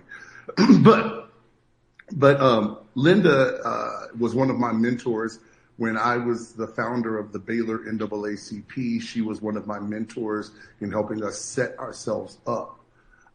And then got me involved in the statewide NAACP, and the rest is history, and has been like a mother to me for years. And so it was a personal connection. When she said that she was participating, I knew that it had to be a credible project. But then I did my research on Tyler, and when I did my research, and my research is a little different than other people's research, my research on Tyler went into, well, who taught him? Well, he was taught by people like Earl LaRue, Black man from Texas. He was taught by people like Eddie Glaude, Black man who is a very high official over at Princeton, which is where he also was educated. He studied under some very good brothers. I talked to some of those brothers before I talked to him because I wanted to know, was I walking into some kind of trap? I was not. He has been humble every step of the way. He did his best in my interview and in the interviews that I've gotten to read from others to stay out of the way. He tried not to be the story and to let the story tell itself.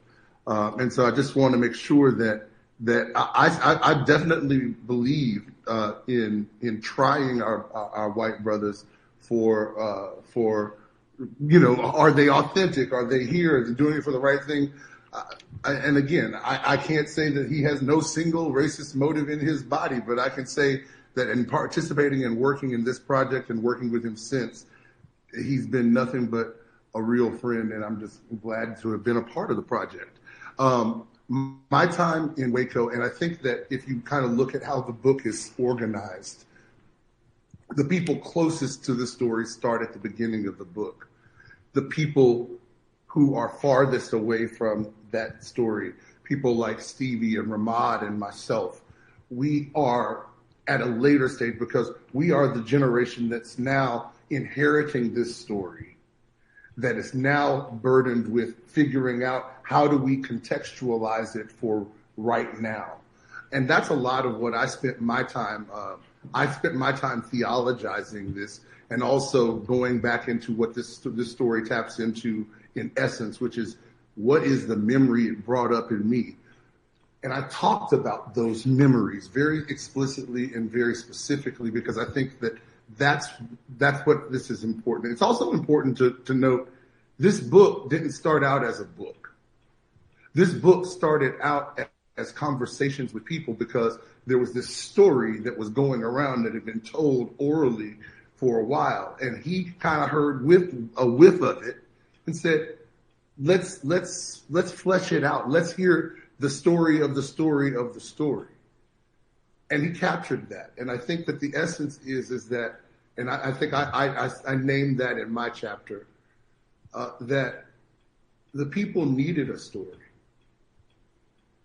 That for Black folks in that community, they needed this story to pass down, to be a warning, to be a marker for their future generations, not to repeat, to know something about it. And I just think that this book goes a long way to say that Black people's stories and how we tell our stories should not be erased. That we should not let the story of Black people merely be told by historians, but by the people who have to live with the consequences of yesterday. And I think that that's what this book centers on, is the generations that came up after this. How do they live today with what happened yesterday? And what does it do to instruct them, inform them, influence them, inspire them about what they do about it tomorrow?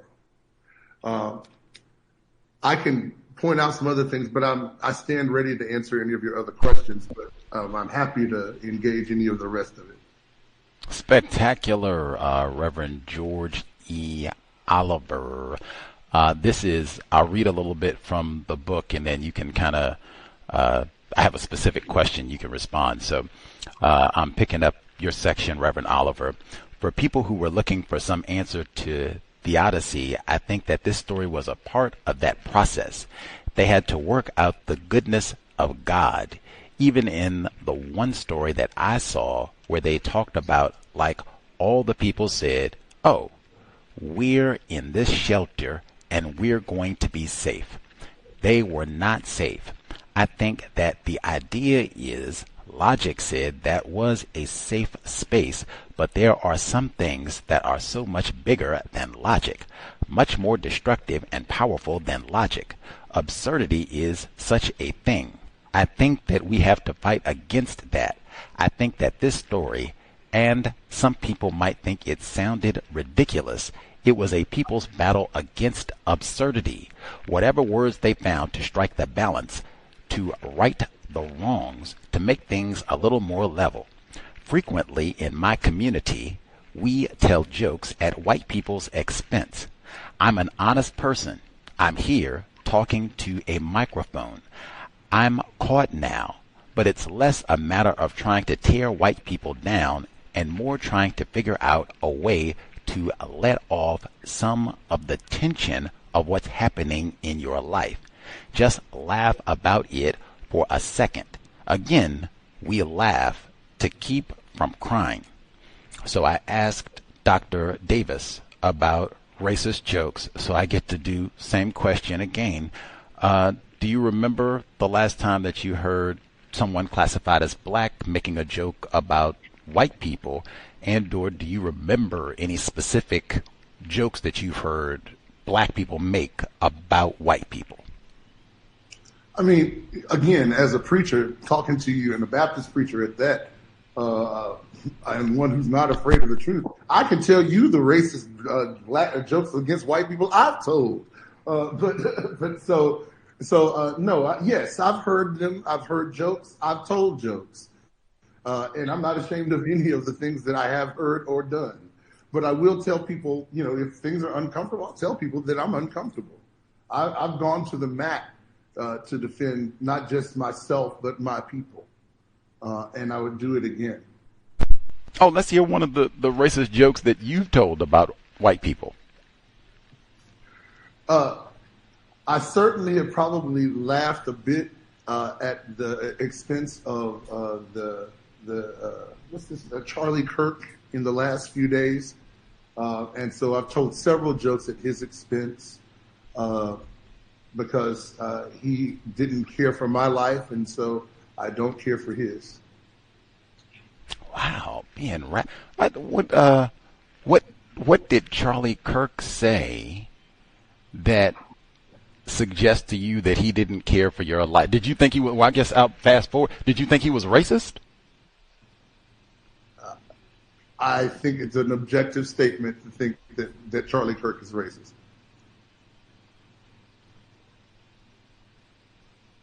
You think? Oh, so you think it's broad than a personal thing? You think based on evidence? I didn't. Oh, I think it's objective. I mean, the things that he said about black people, about worrying about getting on a plane with a black pilot and wondering if he had been hired by DEI, not saying that he was worried when he gets on a plane with a white person and wondering if that person got that job from nepotism. It's the same kind of joke. Well, and he knows they don't have no Negro pilot, so come on now, Mr. Kirk, come on now. Okay, so that's why man, a whole lot of people have gotten in trouble for that, man. They've been firing people and all. Have you seen that? People get in trouble. You can't just go around be saying, Well, again, call me the sermon that I watched yesterday was that of the Reverend Dr. Howard John Wesley from Alfred Street Baptist Church in Virginia. And I would point anyone to go and watch that whole sermon that he preached yesterday, because I'm from that tradition that tells the truth and is not going to bow down to idols. And I think that that's a lot about what this book was an attempt was for a story that had been in the shadows and in the dark to be told in the light. That yes, there were a lot of people that confessed and confided, I didn't tell this story, or they didn't tell this story in public a lot. It was something that was told in private. That's also how the gospel was transmitted. That's also how the spirituals were transmitted. Literally, the spirituals were taught 2 or 3 people at a time, because they would have to go out in the woods and sing into a pot and dull the sound so that they wouldn't get killed for singing their own songs to their own God. So I think that it's fine to continue to sort of frame in absolutist terms, but the people that told these stories weren't telling these stories out of meager poverty.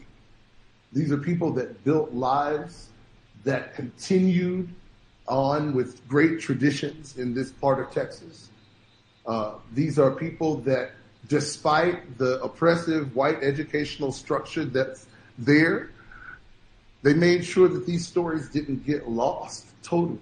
Now the academics are noticing these stories and telling these stories to different kinds of audiences.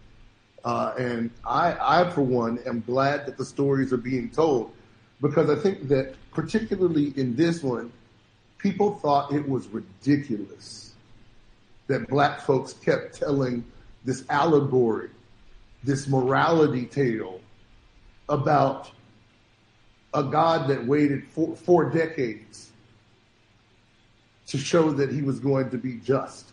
That after Jesse Washington walked one path, the tornado followed a similar path and ended with the destruction of white people there in the 1950s. I think that this story is one that easily could be written off. Again, the conjecture there was when you would talk to white folks about this story in Waco, they would say, "Oh, that was just a coincidence."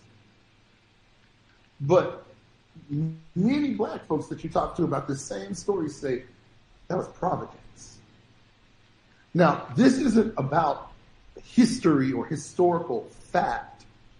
This is also, for me, my participation in this was largely religious, from a theological vantage point. I agree. I accept your premise. I was not there. But I will also say that I was shaped and formed and fashioned, even not as a person originally from Waco, by the story of Jesse Washington long before I'd ever set foot in Waco. Because the story of Jesse Washington was a story that was told by black folks as a warning all over the state of Texas. Context of White Supremacy. Reverend Oliver, I read the portion in the book. You talked about what some of the things that I learned reading this. You talked about your efforts, inspired by others in the book, and maybe even inspired by what you learned with Jesse Washington's lynching. You said, hey, we have got to get an MLK holiday here at Baylor University. And you talk about those efforts, and even putting it in context and saying that, wow, the state of Arizona, where they really were vehement in their opposition to having any sort of federal holiday for Dr. King, and he's a communist, and lots of these wacky racist excuses, but they were really vehemently in opposition for a long, long time. And he said, man, they even, relented in Arizona, and we can't do this at Baylor? Like, what's going on? Can you describe some of your efforts to try to get the King holiday at Baylor University? Absolutely. Well, I think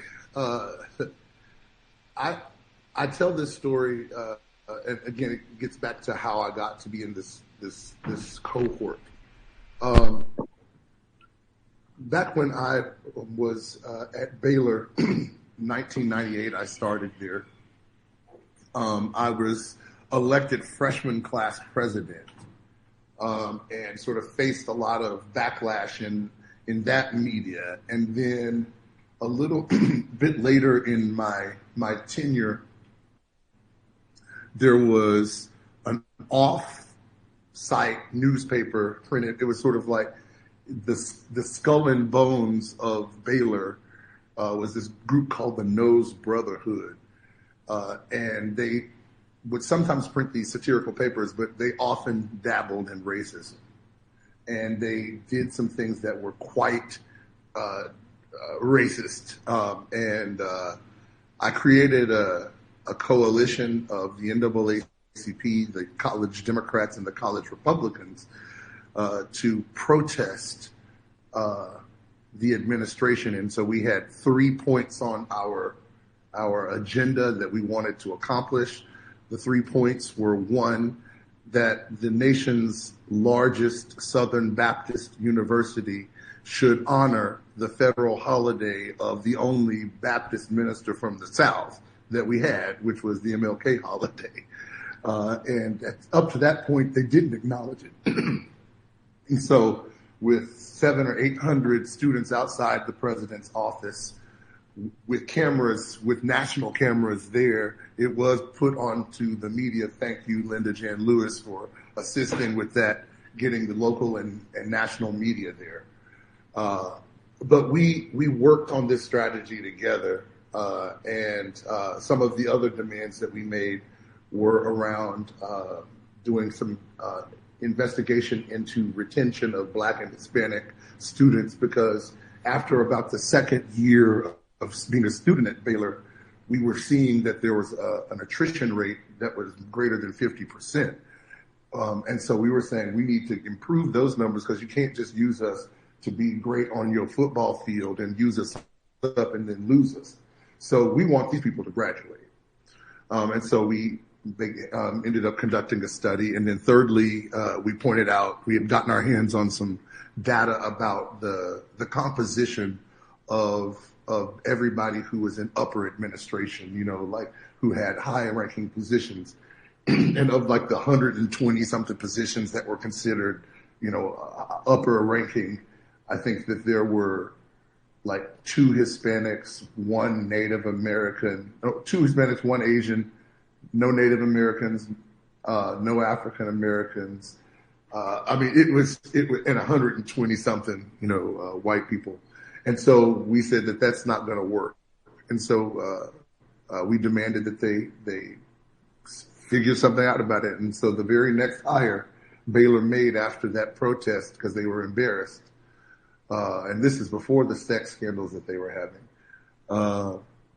they hired, the next hire that they made was a personnel director who was a sister, who began to push some of our people into higher positions, and could not be more proud of my contribution to what happened at Baylor University. But I want to point out that the MLK story is really one that came to be after we made the point. I became targeted personally, and I had some of my grades impacted, and was confessed to me that there had been pressure put on them to change my grades. And so I'm one of those people who says, I don't look at the institution with fondness. I look at the institution with great skepticism, which is one of the other reasons why when Baylor decided that they were going to print this book, I told Tyler that I didn't want to participate unless I could sound like me. And so that's straight up with the Western tradition, which I believe is the beginning of one of those paragraphs in my chapter. I do remember that portion of the text. I don't know. I've seen some books where they go ahead and spell out the F word, or I don't know. Did you say? Well, I was in. So my childhood pastor, Reverend Gary Roberts, who was the pastor of Mount Sinai Baptist Church in San Antonio, I was in his sanctuary, and so I felt like saying "fuck" on that place was not the right place to say it. So I was expecting the house of God.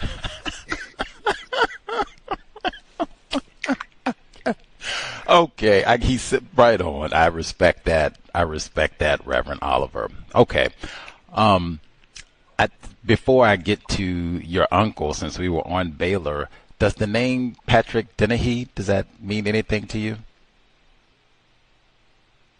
To me? Yes, sir. Say more. It sounds familiar. Patrick Dennehy.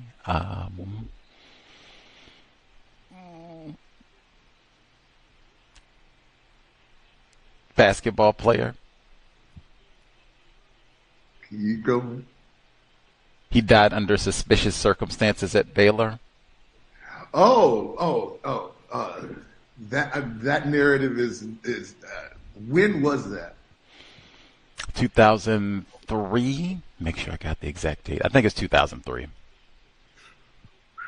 I don't remember that story. So I'll say that story I don't remember. I left Baylor. My grandmother began having strokes in around 2002. So I left Baylor in 2002 to go back to help take care of my grandmother in Huntsville, Texas. And that was one of the things I was going to say to you earlier, is that, you talked about the sort of prison industrial complex. I grew up in Huntsville, Texas, the beating heart of the criminal industrial complex. Wow. So anytime you want to talk about it, I would certainly, and I'll also say that part of how I got involved in this project as well is because I've been working on writing a musical about one of the lynchings that took place in my community here in Huntsville. And so that's part of, this was in the same, this happened in 1916. The events that I'm talking about happened in 1917. So, contemporary moments. They lynched a lot of privileged black dudes in Texas and beyond. And let me just say this.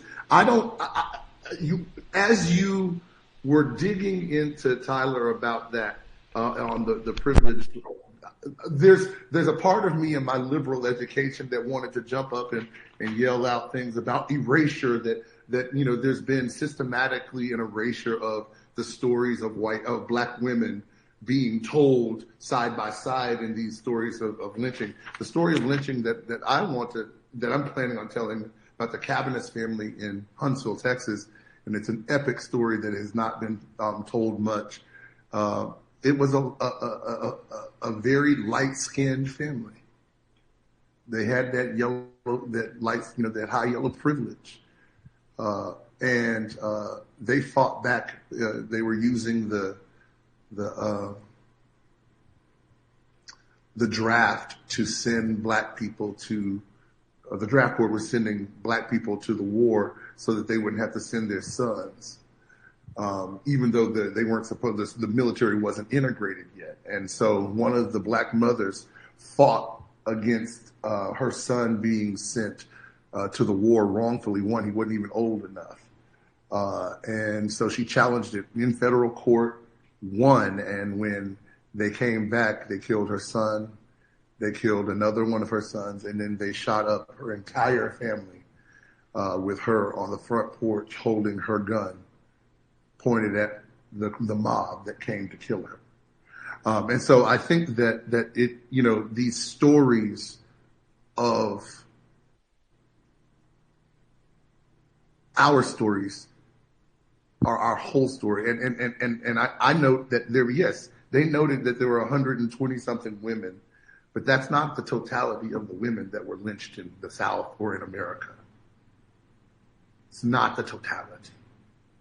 We don't know. In many of these cases, they weren't worthy of even being mentioned. That was the regard for black children and black women. And so I wanted to jump down your throat around the erasure part, but I also heard your point, and I just wanted to acknowledge, yes, that in this case, the story that I want to tell was about some privileged black folks that had high yellow skin that fought and won in the system. But it doesn't matter, because the repeated story in my town here in Huntsville was, like, for instance, it's a similar story on Juneteenth, the very first Juneteenth, right after they read the Emancipation Proclamation in Galveston. They traveled further north and they made it to Huntsville, and they read that Emancipation Proclamation, and the black people started celebrating on the courthouse lawn, and an angry white man came and slashed a black woman in half with his long sword, and thus ended the first Juneteenth in Huntsville, Texas. And so it is the repeated story that they cannot let us experience joy.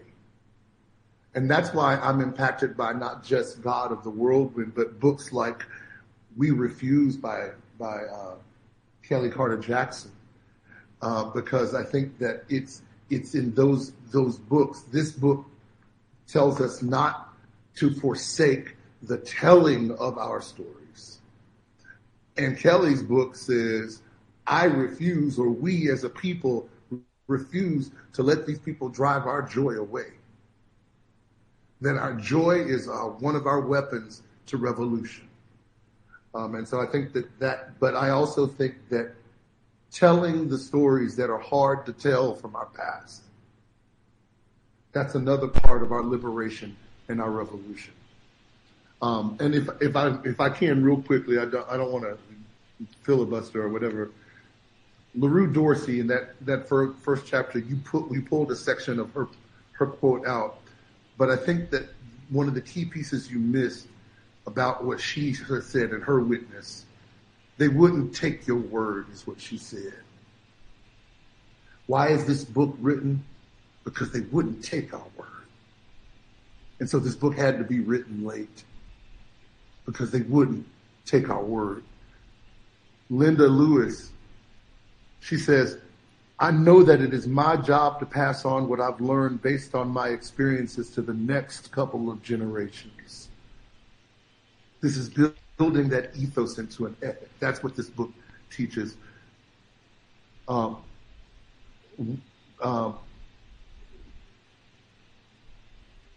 Betty Beard, you quoted a good portion of what she had said, but I think that what she said in a moment of humility, I would not take away from them, from the understanding of people who lived in that time, humility.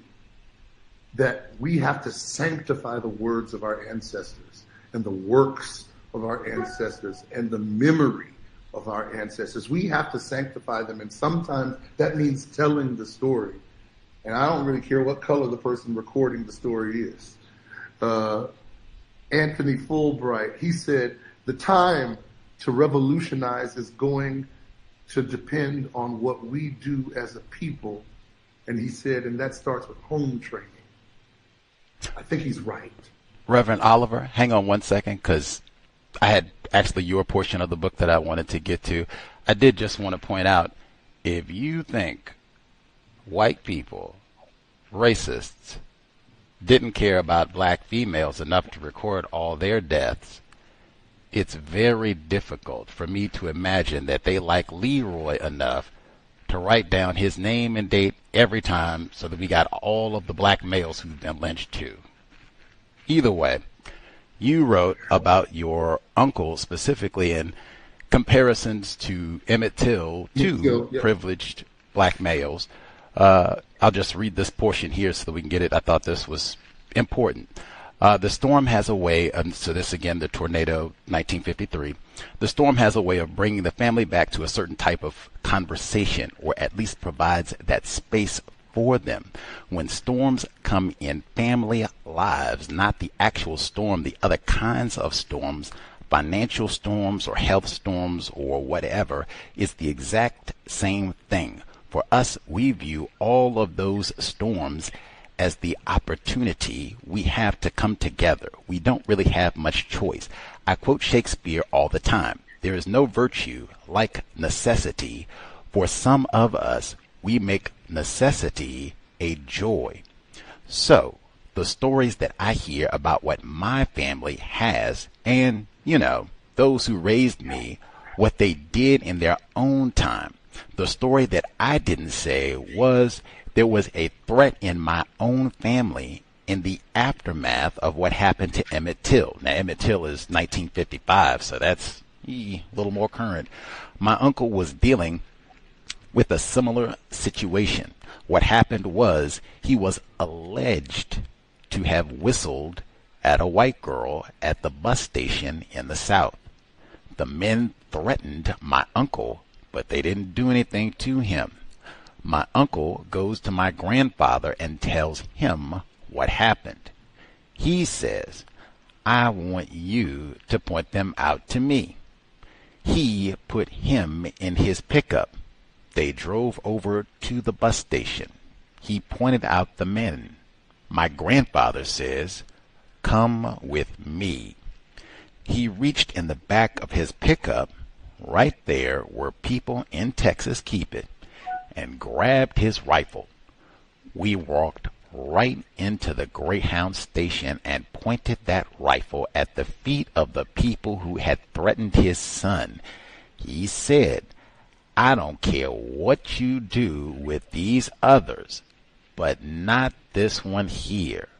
That could have killed him. To know that this kind of audacity and tenacity runs in my veins means that I don't need to be afraid of what's here. Also, that which runs from my family's lessons prepared me for ministry in a season like this. You want to name drop your uncle? God rest his soul, Emory Oliver. Emory Oliver, black self-respect. One more time, sir. Of Houston, Texas. Houston, Texas. One more time. What? They got lots of. We started talking about racial mutiny. See there, they got lots of uppity black dude. You for sure, you can get hung for that sort of running off at the mouth to white people. And Wow. let me just say, I think that again, I don't run away from the privilege arguments. In that community, my grandfather had privilege, we'll call it. One, the primary source of his income was he was a truck driver, so it wasn't based in that town. Secondarily, the part of his side income that was based in that town was in shoeing horses, which he mostly did for very wealthy white people. He was considered a horse whisperer. And so part of his privilege was he worked with the most privileged white people, and they didn't want their work interrupted with him being upset, in jail, injured, or his child being. And so he stepped out on that privilege. It wasn't guaranteed, but it worked.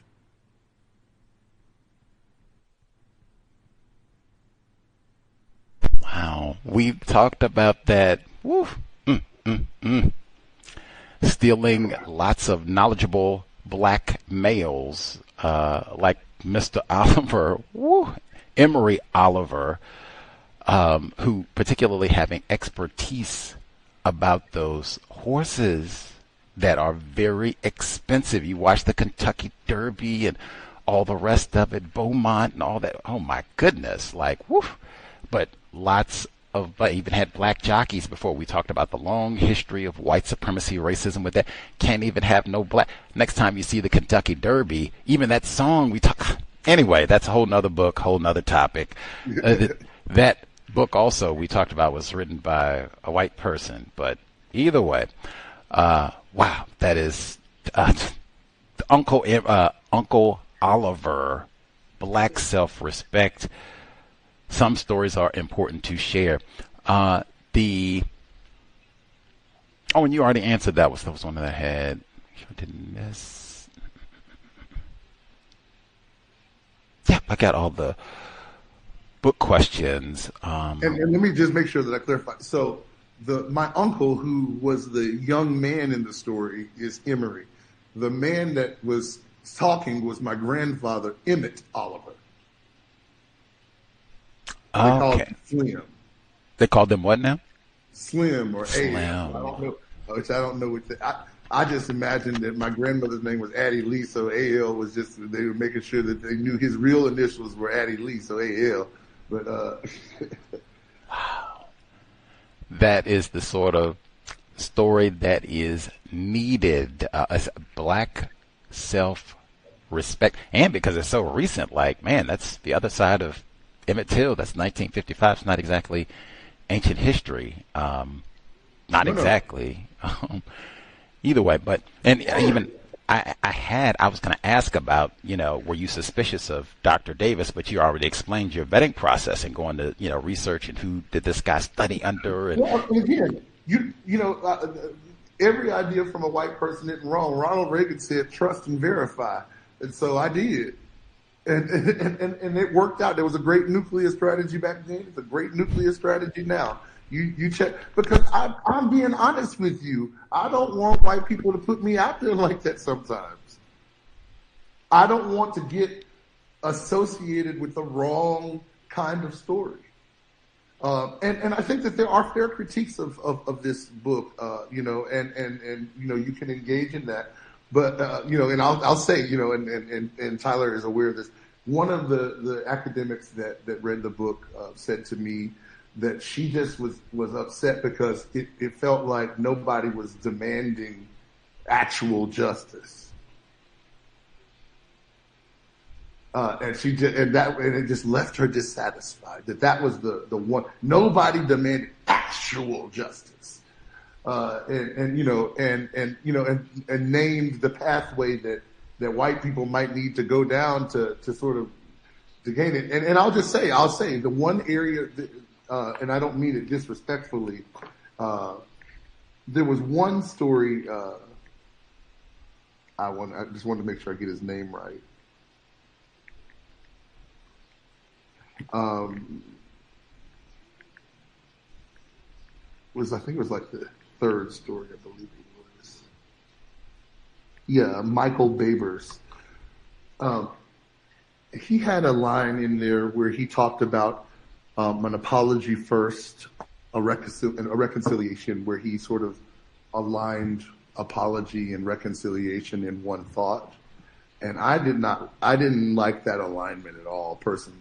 And now and I respect most of everything else, but I just disagreed with that particular thing, because I think that what a lot of white people get away with sometimes in our community, is they can either not apologize at all or give some very nominal apology, and that serves as in their minds as they've reconciled, they've made right. And reconciliation goes way further than that. We can't. To me, I don't know that you get to, reconciliation without repair. And so I really, I would have loved to have a further engagement of these ideas, or the demand. I agree with that demand needing to be there. That there is a demand for justice, and what I think that this book names for us in some ways is that they left the demand for justice for Jesse Washington to people like Stevie and Ramad and myself. That it's us younger people that are going to have to go out and demand this justice that was never demanded. I personally think any white person who is upset and they think a black person was subject to some sort of racist injustice, if they are classified as white, wow, they have way more resources and will get way more access to other help networks, other white people. Let's get to it, man. Jesse Washington, we got whatever she thinks justice would be at this point, a scholarship in his honor, a school, I don't know, whatever that would be, but we are going to get it done like right now. And they could probably do it too. So come on, just get to it. Produce justice. Mr. Fuller said that. I was going to ask, oh man, I lost my train of thought really quick because I had one after you shared that. It did call to, after you shared that, I did have a question, but then I got so outraged that white person had the audacity to take such a, that was it. Because I don't even know what that would be. Like, did she explain what justice would be in this context when she was so outraged about that? Well, that was a black scholar, so it wasn't. Oh, okay. No, she was black. She was mad at black people for not demanding more. Oh, okay. Well, I don't know what that would seem. I would still have to say. Did she say what the more would be? Like, what would the more be? Well, I think she's of a different generation. What she argued was that so easily. I think she kind of compared it to marriage.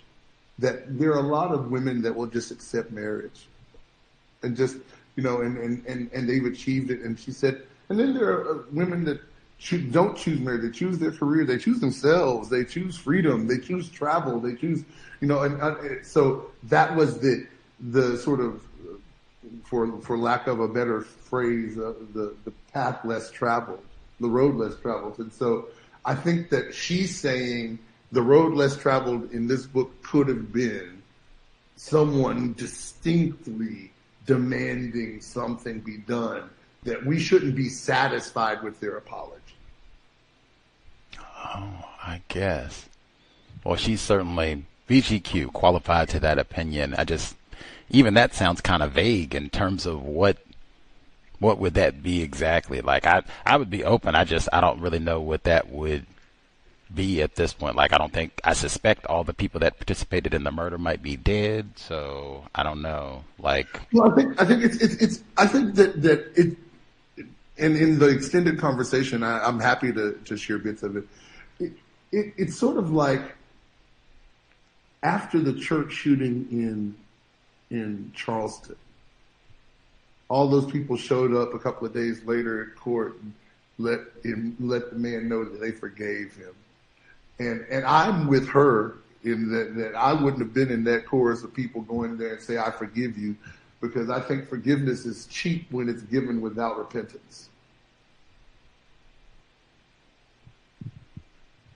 Right on. Right on. I'm still not.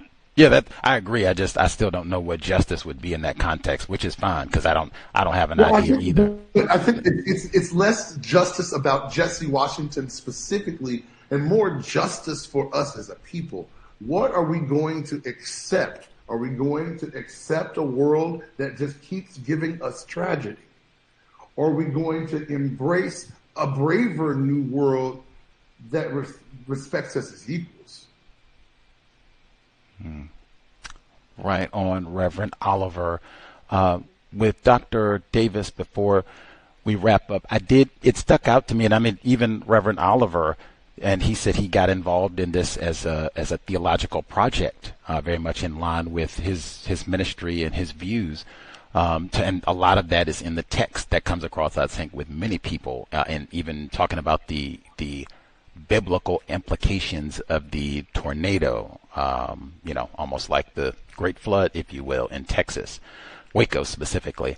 I noted that when many of these Black Wacoans, when they talked about the endeavors of Black people in Waco and when they had their kind of segregated area of town, they would say the Black church that dominated. Black church. We went to church all day long, 50 times a day, 5,000 times a day. Black church. Black barbershops, Black beauty parlors, Black morticians, Black fraternities, sororities. It might have been a few more things. I think you had a few people who had Black schools because it's segregated, and they talked about how they got all the inferior in equipment and what have you, and books that were falling apart and what have you. We've heard all that before. But I noted I did not hear like the Black bank, the Black, manufacturing, mill where we made steel or whatever. I didn't hear anything like that. It was the same, typical types of things. As I said, church, dominant, barbershops, beauty salons, morticians, Negro morticians. And I know that a lot of it is just very small, and really a lot of the same types of very small businesses that Black people are allowed to operate now, not banks, major institutions. And a lot of it's things that white people do not even want to do. They don't want to cut Black people's hair. They don't want to bury Black people. They had separate cemeteries for Black people for many, many decades in this part of the world. That's something that I noted in terms of these are like the few activities that Black people are allowed to do in Waco, and church is the dominant one of all these activities. People to go there all because it's not like you have a whole lot of options. You go to the movie, they talked about that. You go to the movie theater and they got you up in the balcony on cement blocks, and they didn't even recognize that as racism. They were just like, oh man, it's kind of lame up here, and they didn't even oh, this is racism. They got us in the Jim Crow Negro section. But the fact that church dominated so much, and you want to talk about plantation society, it reminded me religion of white supremacy racism and how racist white people have used Christianity, really the religion of white supremacy, and dressed it up as Christianity or whatever else, but have skillfully used the religion of white supremacy to make non-white people more compliant to their racist subjugation. That's what it reminded me of, like, heavily as I read this, because church was such a dominant aspect of the book. It's one of the few things that white people would allow. What are your thoughts, Dr. Davis?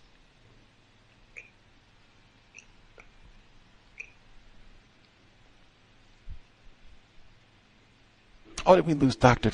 Should have asked him that. Did we lose Dr. Davis? No, I'm back in. Okay. Back in. I thought you were still talking to Reverend Oliver. Gotcha. That was for you, Dr. Davis. I imagine Reverend Oliver might have thoughts on it too. But yeah, I think the way you narrate it is right in the context of white supremacy. Right, to quote the title of the show, religion becomes a tool for oppression. Becomes it's not something that people are allowed to do. But on the other hand, I think what shows up, in a number of interviews is the distinct kind of Black church, Black spiritual traditions that have been a form not of pacifying people, but of inspiring people, and also of sustaining people under immense suffering. And it's not all the same. I think I would want to draw attention to, Linda Lewis's account of Black spirituality in Waco is different than LaRue Dorsey's. Linda Lewis talks about her own experience as a Black hippie living in the Vatican City of Baptists. And she gives a very rich account of the richness of the Black spiritual traditions that she draws from. So I think framing it only in terms of what Black people are allowed to do in the context of racial domination misses the side of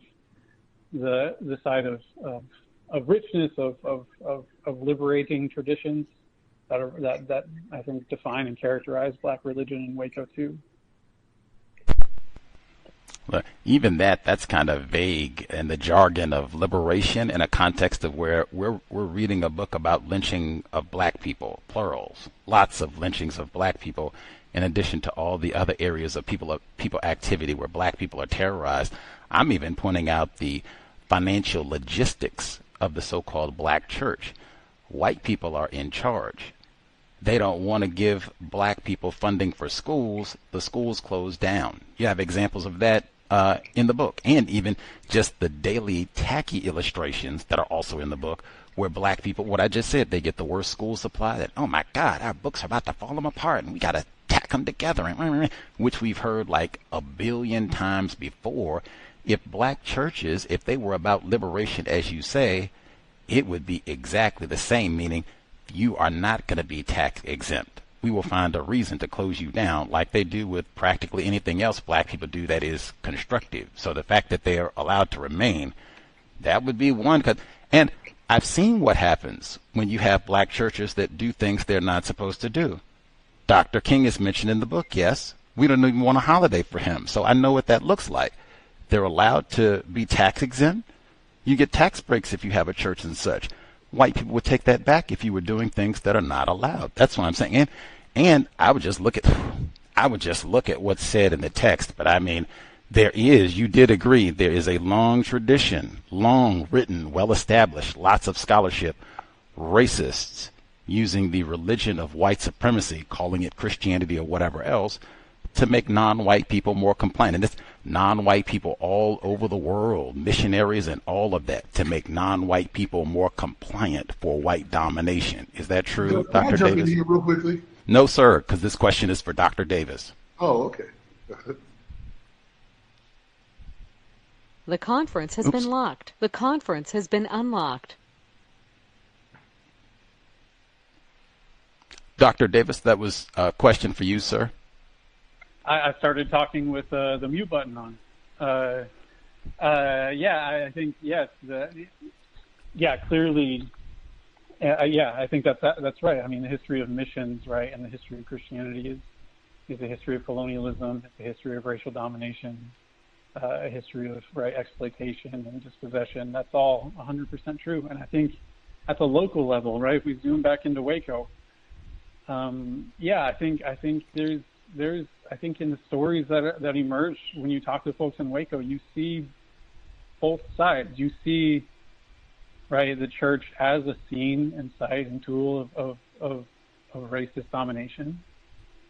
But again, you also see it as a source that sustains people. And I think that's a theme. Yeah, that's also a theme there too. It's not so one-sided. I think when you zoom in on this community, you do find I think a source of sustenance, a source of inspiration. And again, yes, we are talking about the history of lynching of Jesse Washington. But in the story about the tornado, about God working through a tornado, you also have a history of people, right, retelling history on their own terms through this theological storytelling tradition. Maybe you don't call that exodus or liberation, but it's not nothing either. I think that's the other side of things I want to emphasize. It certainly could be titled something, but I'm not sure what you are liberated from. I'm not sure how one is liberated or what one is liberated from with all of that. What to me sounds very close to the religion of white supremacy. I guess let me make sure I ask too, since you did say, and it's prominent in the book, a number of black people saying that they thought that was this tornado that hit Waco in 1953 was a form of justice or retribution for the lynching of Jesse Washington in 1916. Black people did die in this tornado. Is that true? Yes. From what we can tell, I think that's right. Okay. Because I think I was on the side. There is at least one black person in the text who did say that they did not think this was black people died in the storm. Like, if we're going to pick a event of retribution, then how about black people don't get harmed? And hey, how about the young lady's mom doesn't get stuck on the bus and die before thankfully she lived, but like, that's our event of retribution? Like, come on. I would rather pick something where it's we hit the light. You could tell me anything, like the Astros win the World Series or anything. Like, there we go. Like, something other than a hurricane hit this area where black people died too. Like, man, it reminded, when I read this, being truthful, I can get Bill Russell 2 times. I was reminded of Bill Russell, black male gets lynched, or else. I was reminded of Bill Russell, Haines. You cannot talk about racism, but it was the same thing. They went to church all day and they would talk about religion and ghosts and haunts and the spirit of Essie Mae, who died 2 years ago. Was she haunting down? They would talk about all this, but lynching of a black person, that's what it reminded me of. I was staggered. Like, did black people actually die in this tornado? And it seems the answer, yes. Like, oh man, I do not think justice or retribution in any way can be an event where more black people are harmed and or killed. Again, that does not make liberation. I don't see that. And then I don't see that as retribution at all. Like, Haints, that's what, Haints. I did learn quite a bit, reading the book, quite a bit about Waco. Got Devontae on my mind again, but I learned quite a bit about Waco, quite a bit about the system of white supremacy, racism. I guess I'll get Reverend. I cannot emphasize enough, because I was going to ask about the prison system, but I cannot emphasize enough. We do not have a platform to talk to non-white people. I'm not interested in talking to non-white people. I'm not skilled at that. He said before, when I was talking to Dr. Davis, he said he was ready to jump down my throat. That's what I expect from talking to non-white people. See? If it's going to be some jumping down the throat, I'd rather it be between me and another racist, or at least racist suspect, as opposed to myself and another victim of racism. And I'm very poor at talking to non-white people. That's why I don't do it. And I guess even for the record, I didn't request to speak to Reverend Oliver. I invited the white man, just for the record. But since he is here, he was patient. I'm specifically asking about the prison experience, because I do think that's important. And that's even, hey, black male privilege. Again, I'm sure Sandra Bland, we talked about Sandra Bland. I wrote about Sandra Bland. I'm very sure they mostly arrest Leroy's in Texas. Devontae, he has a brother. I could be misinformed, but anyway, Reverend Oliver, you said you're right there. The prison center of Texas, rounding up, they might even be doing detention of some of the dark people. So the ICE folks, any dark people. So we get Leroy, we get Gomez, whatever, all of them. Lock them up. You said you are right there. What are your observations of the incarceration system in Texas? What have you seen? I don't know. What's that look like? Well, I would just say a couple of things. One, when it comes to the criminal justice system in Texas, I don't consider myself passive in my knowledge. One, not just because I grew up in the shadow of the cell here in Huntsville, where we have 8 maximum security prisons, including the death chamber, including about 15,000 inmates. But one of the things that I would also add is that I'm the son of a former incarcerated mother and the nephew of an exonerated uncle. So I've seen, and then I've had family working for the prison. So I've seen it from every vantage point. I think in sort of the later permutations, one of the things that I would say I've observed here in Huntsville, again, the very heartbeat of the criminal industrial complex in Texas, one of the fascinating trends over the last decade has been how much that they have been giving immigration status to people from West Africa to come and be prison guards. That most local Black people will not do it anymore, and so they've offshored this type of work, and it's been very interesting as of late. But no, the system is racist to its core. I don't see it as redeemable. My ministry has been not just here but elsewhere rooted a lot in criminal justice reform. When I was in Massachusetts, I did some work around restoring employment rights for the formerly incarcerated and such. So taking from Huntsville what the lessons that were learned, it definitely is a system that, I mean, almost to the point of, I would say I'm an abolitionist, but I've not quite fell over that line. But I think we definitely need something better than this system. Wow. That is, well, wow. They're offloading the prison jobs to the non-white people born outside the U.S. Are the non-white people that are born here in the States, are they specifically refusing to do this job because of the racism in the prison environment, or? A lot of them, yeah, they can't do it for very long. Their conscience gets. Wow. But I mean, what I mean specifically is they are giving immigration status to people from Africa to come directly here. So the first thing they do is learn how to hurt us. Wow.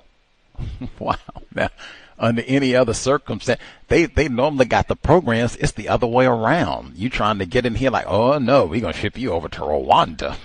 Like, what in the world? Like, why? Now, that also would make me think white genetic annihilation, that they might be running out of white people in some of these locations where we got to go to extreme measures. Like, we got to offer jobs to Leroy, maybe.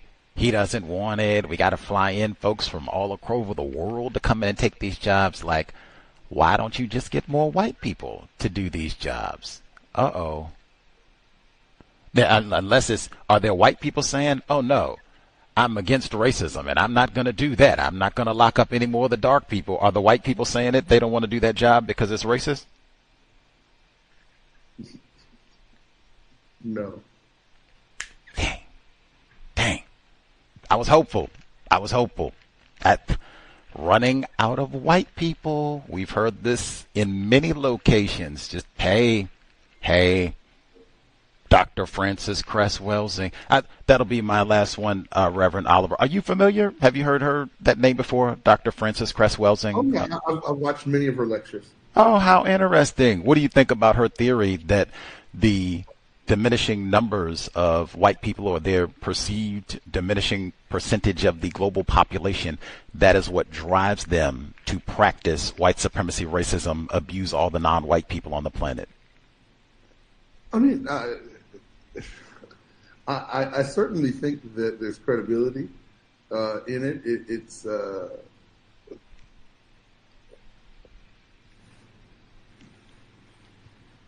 I think that Dr. Cresswell has impressed me with her ability to distill most topics down to the bare facts. I mean, you can deal with it how you like, but I mean, you know, it's tight, but it's right. And so I don't think that I think that a lot of the white community suffers from a form of group anxiety, of group neurosis when it comes to ideas like this about genetic annihilation, and it expresses itself in policy, it expresses itself in economics, it expresses itself in, you know, athletics in certain ways. So gerrymandering. Gerrymandering. Oh, Jerry.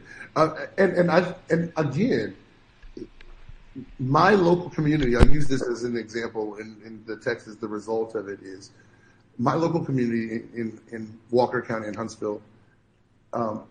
We are in that district that stretches from Lake Livingston to Lake Travis. Like, we have the state capital. It comes all the way just north of Houston. I mean, that's crazy.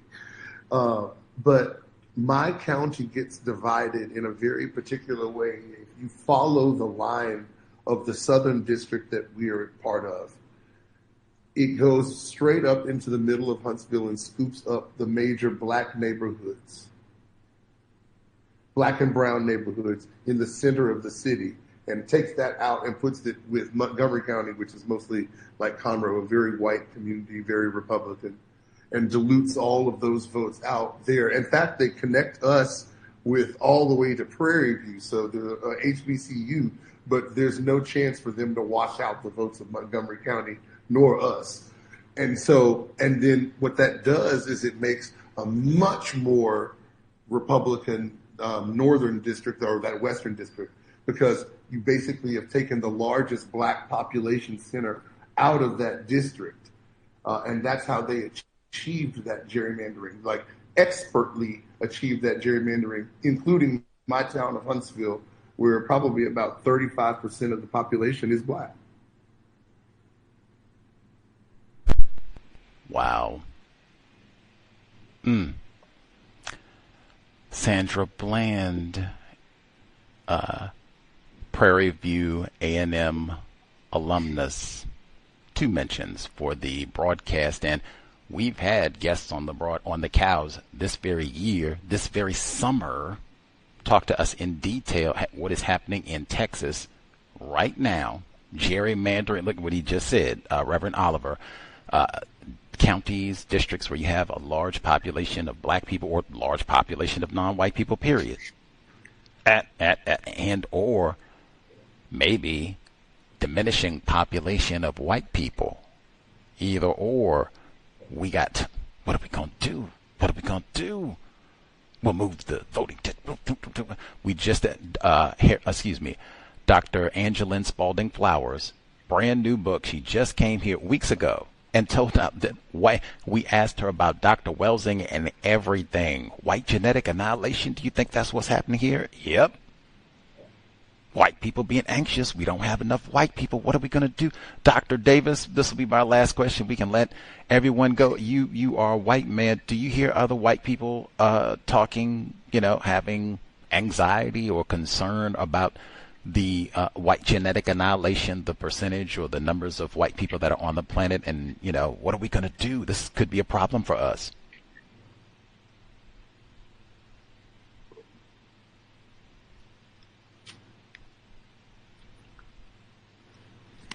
Might be muted, not sure. Might be muted.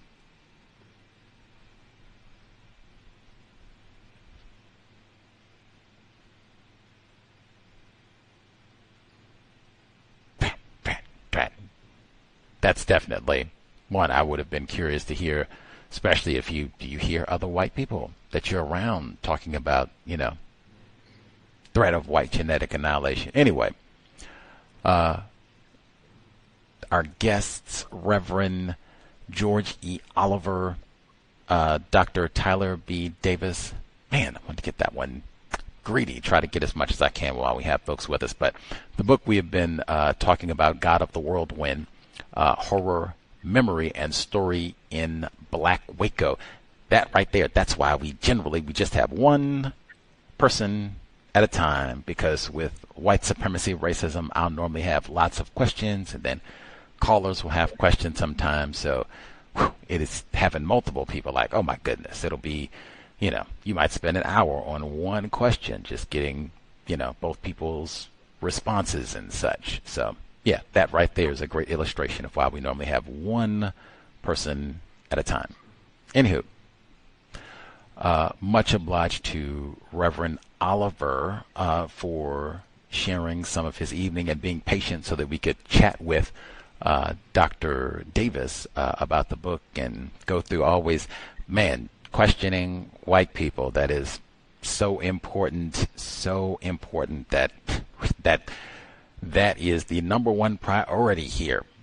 Questioning white people in the system of white supremacy racism. So yeah, I was super looking forward to that, and hopefully folks, got some constructive information hearing from him this here evening. Let's see.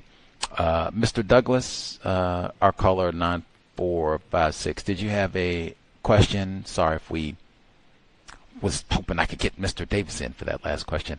Mr. Douglas, did you have a question, sir? Yes, sir. I was, Dr. Davis, I guess he's gone right now, but I did want to know, and I don't know, you read the book, so in his research, did he discuss in that book the lynching with white Waco residents? And if so, did they discuss the event? That was something that was on my mind. Seemed like the book might just be primarily with non-white black people, but it'd be interesting to hear how white people recall that event. And then I guess my other question was, I think Dr. Davis said that he's a professor of theology, correct? Let me pull up his bio page. You can continue with your question while I'm pulling up his bio page to make sure. So I was going to ask him, could he discuss how the lynching of non-white black people and the collection of relics from these lynchings, or parts of the instruments used to kill and torture the victims, or black body parts, how does that connect to Christianity as it was practiced by white people at that time?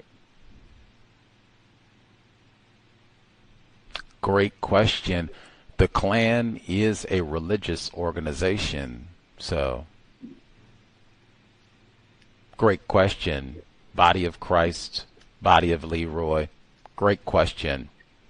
Great question. He is, I have his faculty page up. So Dr. Davis teaches courses, he's an adjunct professor of theology, so yes, but he teaches courses in moral theology and ethics at St. Mary's, where he's taught since 2021. His courses have explored history, theology, and the practice of sanctuary in South Texas. I'm reminded of the book Without Sanctuary, which I would wager a shiny quarter Jesse Washington is probably in that book. Without Sanctuary, James Allen, I think is it. James Allen, a white author, expert. They have an exhibition with that book, Without Sanctuary, that has like massive pictures and more details about all the different lynchings and such in the book. Very powerful exhibit. Anywho, excellent. I wish we had got Dr. Davis for a bit longer. Again, it takes longer when you have, more than one person. Much longer to, kind of go through things. Excellent questions. Wish we had been able to get those asked, Mr. Douglas. Let's see. I guess I'll say quickly. One, I got Wi-Fi worked today. I was kind of almost having my fingers crossed because the compensatory call-in Wi-Fi just went out about 90 minutes into that. Reminded me I have to call the Xfinity people because they had to like reset the Wi-Fi to get it started again. And I told them, like, are you serious? Like, you're telling me this was like a problem on with you all? Oh my God, like I was so disgusted. Like, are you serious? Like, we're in the middle. And I said on the live broadcast, I said, usual suspects, because all of the Wi-Fi was gone. Like my home Wi-Fi, the independent Wi-Fi on my phone. They have free Wi-Fi networks in Seattle. I could not access anything. I had to go and get the Xfinity people to restart. Like, what the world? Usual suspects, man. Usual suspects. Anyway, but we should be here for Neutralizing Workplace Racism on Thursday and Book Club Sins of the Mother, Susan Smith, on Friday. Quick, what shall I call them? Lessons, significant aspects of the broadcast I would encourage people to think about. White genetic annihilation. Let's see. I'm not sure. Let's see. Okay. Anyway,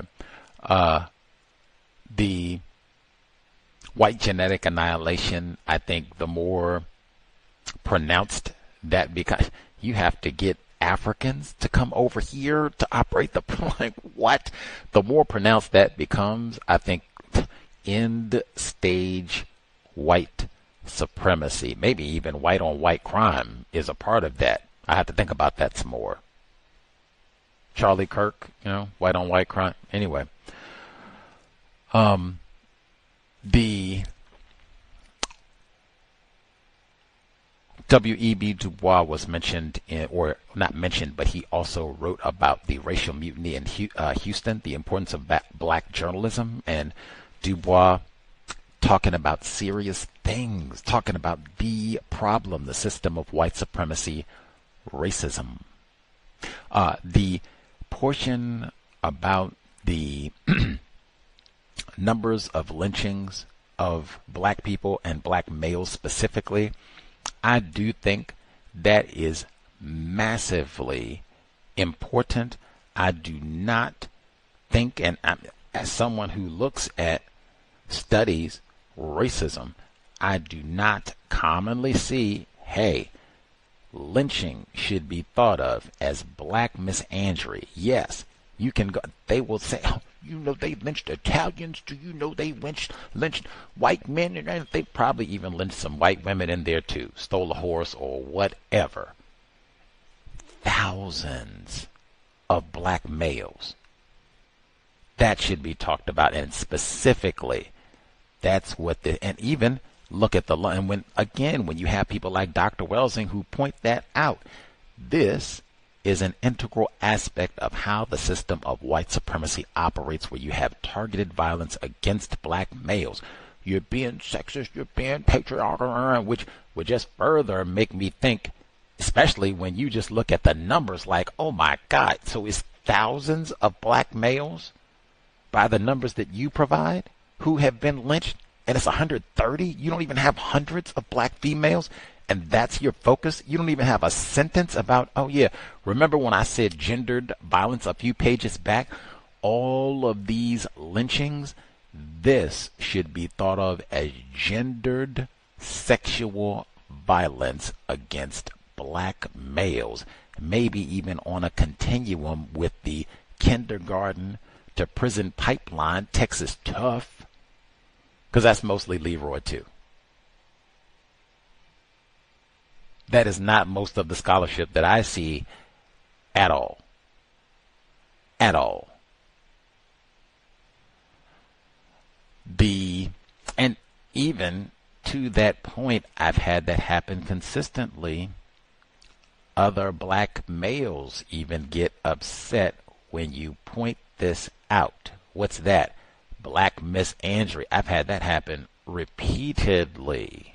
And even broader, that right there is, I loathe having a white person as a guest on a program where they bring along a black person, non-white person, because that's what I would expect the dynamic to be. I've seen this in person where that non-white person will defend, interrupt, answer for a suspected racist, especially when I hear the word friend.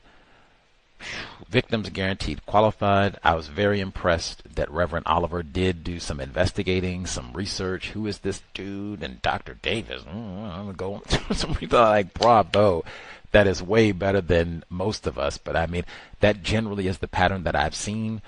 We are not very suspicious of white people. And I can tell because at the end of the day, I see way more examples of us having white friends and where we have concluded not all white people are racist, even though Reverend Oliver did importantly say, now I'm not going to say that Dr. Davis doesn't have any racism in him. It almost sounded like he was going to say he doesn't have a racist bone in his body, but he didn't say that. He just said, I'm not going to say that Dr. Davis doesn't have any racism in him. I think I'm paraphrasing pretty accurately. Pretty close. Might be a word or two off, but it's in the archives. You can, double check. Bravo there as well. But again, I don't know how much is that worth if you're going to say that this is your friend. That's what I mean. Like, man, we do not have an adequate understanding of what it means to be white. And I mean, hey, it is pretty easy, I think, for most people classified as white to go. Apparently, you can go talk to the right black person, and white people get access to all kinds of black people. I mean, they have the best credentials, the best resources. Like, oh my goodness, they can go get exotic niggers. Go to Zimbabwe. Mike Swango, man. See how many stamps I got on my passport? So they can go talk to all kinds of niggers. I'm super extra double street certified. They talk about me in Zimbabwe, man.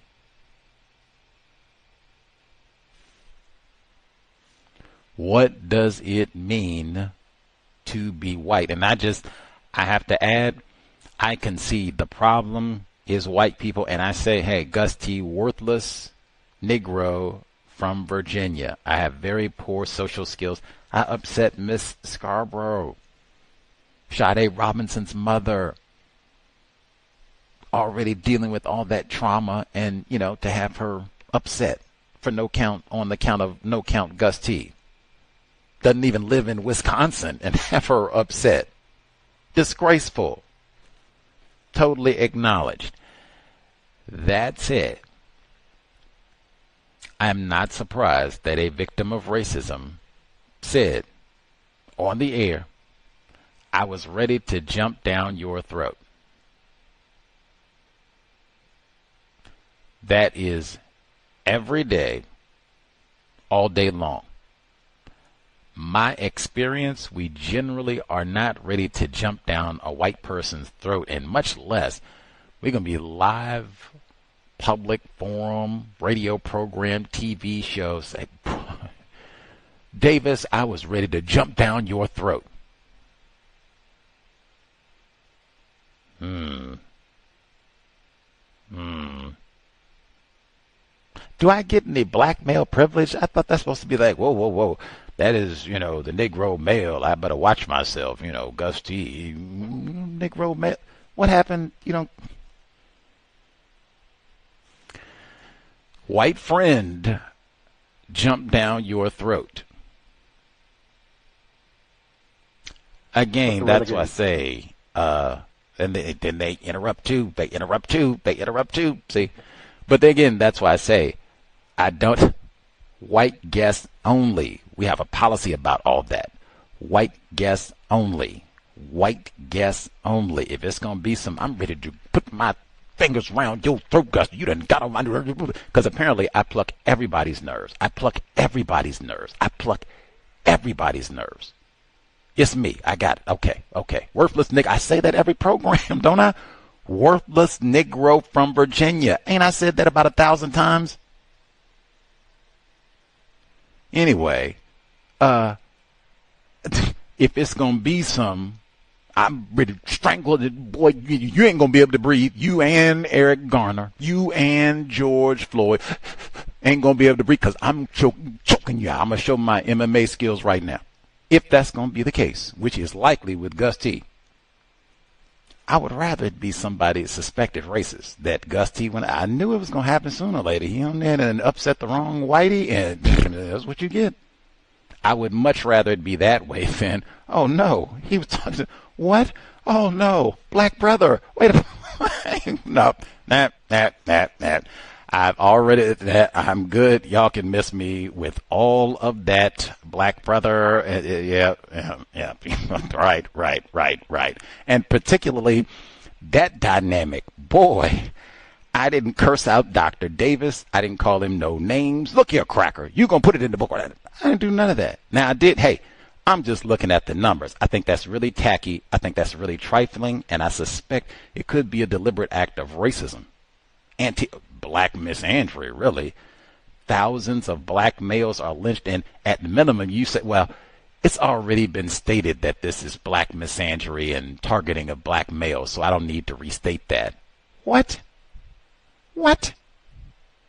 I do. At minimum, it's lazy racist scholarship. At minimum. But neither here nor there. That dynamic. I didn't curse Dr. Davis. I didn't call him no names. I read his whole book. I think that's respect. I could have been on here just wasting time. Like, what's the book again?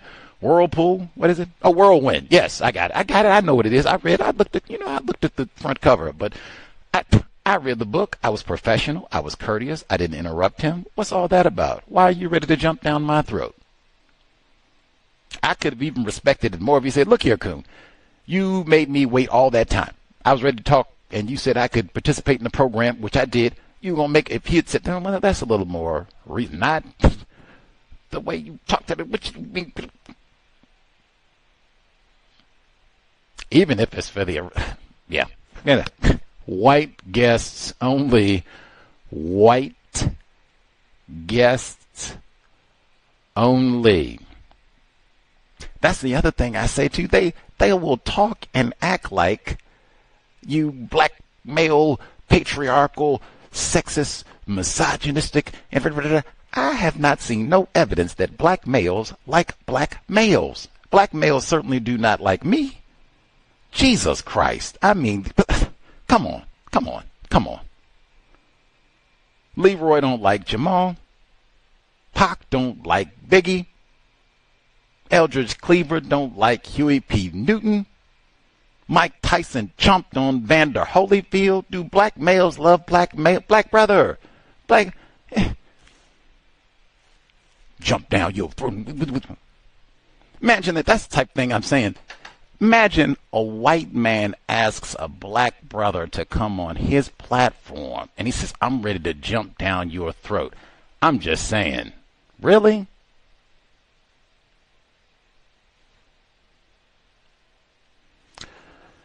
Yeah. Negro males. Black brother. And we got Dr. Maya Angelou was quoted in this book. I'm so glad that we read her autobiographies this year because that would not have meant what it did. Woo! And they almost quoted the same section. It's Saturday night. I'm black. And I'm dangerous. And that was a black person talking to another black person. I said when we read it, we're not dangerous to white people.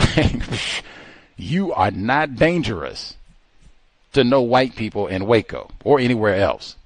You might be dangerous to other black people, and then white people can come in to settle things down. But come on. Any hoodles. Thursday, Neutralizing Workplace Racism, and Friday for the book club compensatory call-in on Saturday. And wording, I can't say it enough. There were so many metaphors, and some of that is because of, the religion, and that's, all about the metaphors. Dr. King and justice is going to roll down the mountain, the hillside, and all of that, and just metaphors. With racism, white supremacy, we want scientific detail. That's what I'm saying. Like, hey, when we're just looking at the numbers, and any other time, if you told me you had 4,000 and then 130, like, oh my God, what are we talking about? Oh, minimizing Negro male. Got it. Using logic, not metaphors. There were so many metaphors and the jargon, even privilege. Even privilege. I mockingly use black male privilege. How does that enter the dialogue in a serious manner? I certainly ain't no such thing as white privilege. We're talking about terrorism. Chopping off we got to put guards up so you don't dig up the burned corpse so that you can get the burned, charred knuckles to save in your attic, pass on to your white grandchildren. Come on. Black male privilege, back down.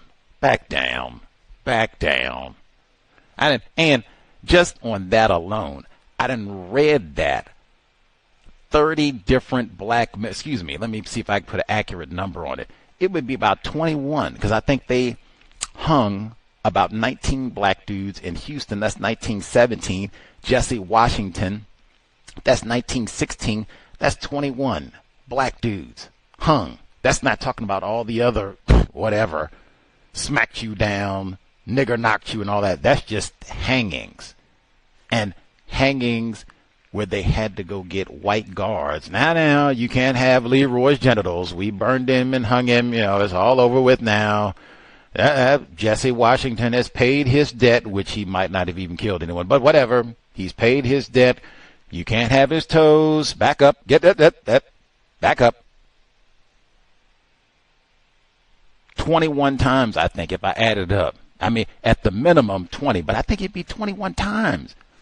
I don't have none. How many white people did that happen to that you know of in Texas at this time period? Italians, because they'll throw that one in. They lynched the Italians and Leo Frank. How many Italians you know of? They hung them and then they had to put guards up, make sure they don't get to come in and steal their genitals. Rob the grave site. I can't think of none. Just black. They don't do this to nobody but Leroy, Devontae, Jamal. And I do think that should be pointed out. Dr. Welsing pointed that out. Mr. Fuller pointed that out. Hey, be a scientist. We're supposed to be attempted counter-racist scientists. They got data for this. If you don't think they added up all the black females who were lynched, and I agree, they probably didn't. They for sure didn't add up all the Leroy. They go out and kill as many Negro males as we can find. Who's counting? Leroy, Devontae, Jamal. Get them all. Get them all. Why would I think they added them all up correctly? Back down. Anyway, and like I said, I've encountered that before where you point out black misandry and it'll be black males leading the charge to jump down your throat. Black brother. Anyway, we'll be here. White guests only. That right there, another example. Like Gus had to work hard. You can invest. Hit the blog racism-notes.blogspot.com, because I could have cursed and gotten mad. And who was you talking about jumping down my throat? This is my platform. Still patient. I don't care if you all think I'm not patient. I don't care if you think I'm a privileged black male. I don't care if you think he's sexist and privileged and patriarchal. He hate black females, because they've said all that before. When I do this, middle finger up. You should find another program. You should find another program. You and your white friends, you should find another program. What I say, take your not all white people or racist hind parts and find another program. Any hoodles. Thursday. Had to work hard. Today I had to do all of that. I was patient, not rude to my own standards. I still got to ask the white man questions. He was top priority. Constructive, point, and use the data to point out black misandry. Hard work. Whew. White guests only. Were you going to add something, Mr. Douglas? Yes, thank you and I apologize for interrupting there. So I did like the fact that you brought up about the black females who were lynched, and that they were most often connected to black males that white people wanted to lynch. And then there was another thing too when the Reverend Mr. Oliver talked about, I guess, Dr. Davis's qualifications and having studied under a couple of different black male professors. It kind of reminded me of the discussion before on the program about how, white people will be encouraged to study racism, black people, because they will have that is a form of lucrative gain for them financially. I don't know if Dr. Davis, makes that a point to study Negroes or if this was just a one-off thing, but definitely being a white male, being white, period, studying that definitely does. He will be more respected than black people discussing the same thing. Thank you. Being white, period. He auto-corrected. Being white, period. Even white LGBTQ, white elderly, white disabled. Being white, period. Man, that goes such a long way in the system of white supremacy racism. And then Dr. Tommy Curry, he pointed that out eloquently in The Man Not, which is not widely regarded and the top 10 and Oprah's book club and such, but he pointed that out, and in discussing with us that, not disparaging, but it's a number of even current cases. Rakia Boyd in Chicago, she was shot and killed. She is a victim of police violence, absolutely. However, she wasn't the target. They were after a black male. That was a, whoops, we didn't get Leroy? I'm sure that does not make Rakia Boyd's family any happier. But that is the case with quite a, and hey, I was going to say with quite a few of those, it's 130.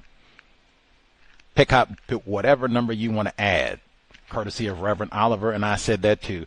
How many ever you think they missed? You want to add 1,000, 2,000, whatever, then we'll think about how, and you would still be way short of black males, and then we think about how many we want to add there too. And he had a number of those cases. Dr. Curry, Ayanna Stanley Jones, 10-year-old black female, same thing. They didn't come to shoot her. They didn't even come to arrest her or put her in foster care, Devontae style, put her with lesbian white women. They came for Leroy. Now, you can point out, and I've heard this, where people say, Dr. Curry and even Gus T, you're being sexist, patriarchal, misogynistic, privileged Negro dude, again, who should probably be castrated. I've heard all that. Middle finger. Beat it. Black dudes included. Beat it. I think you would have a more accurate understanding of why these events happen. Wow. The threat of the Negro male. Why? Because that happens a lot. SWAT is here and we're going to blow up the whole block for what? Leroy. We might kill 5, 10, 20 people. Leroy.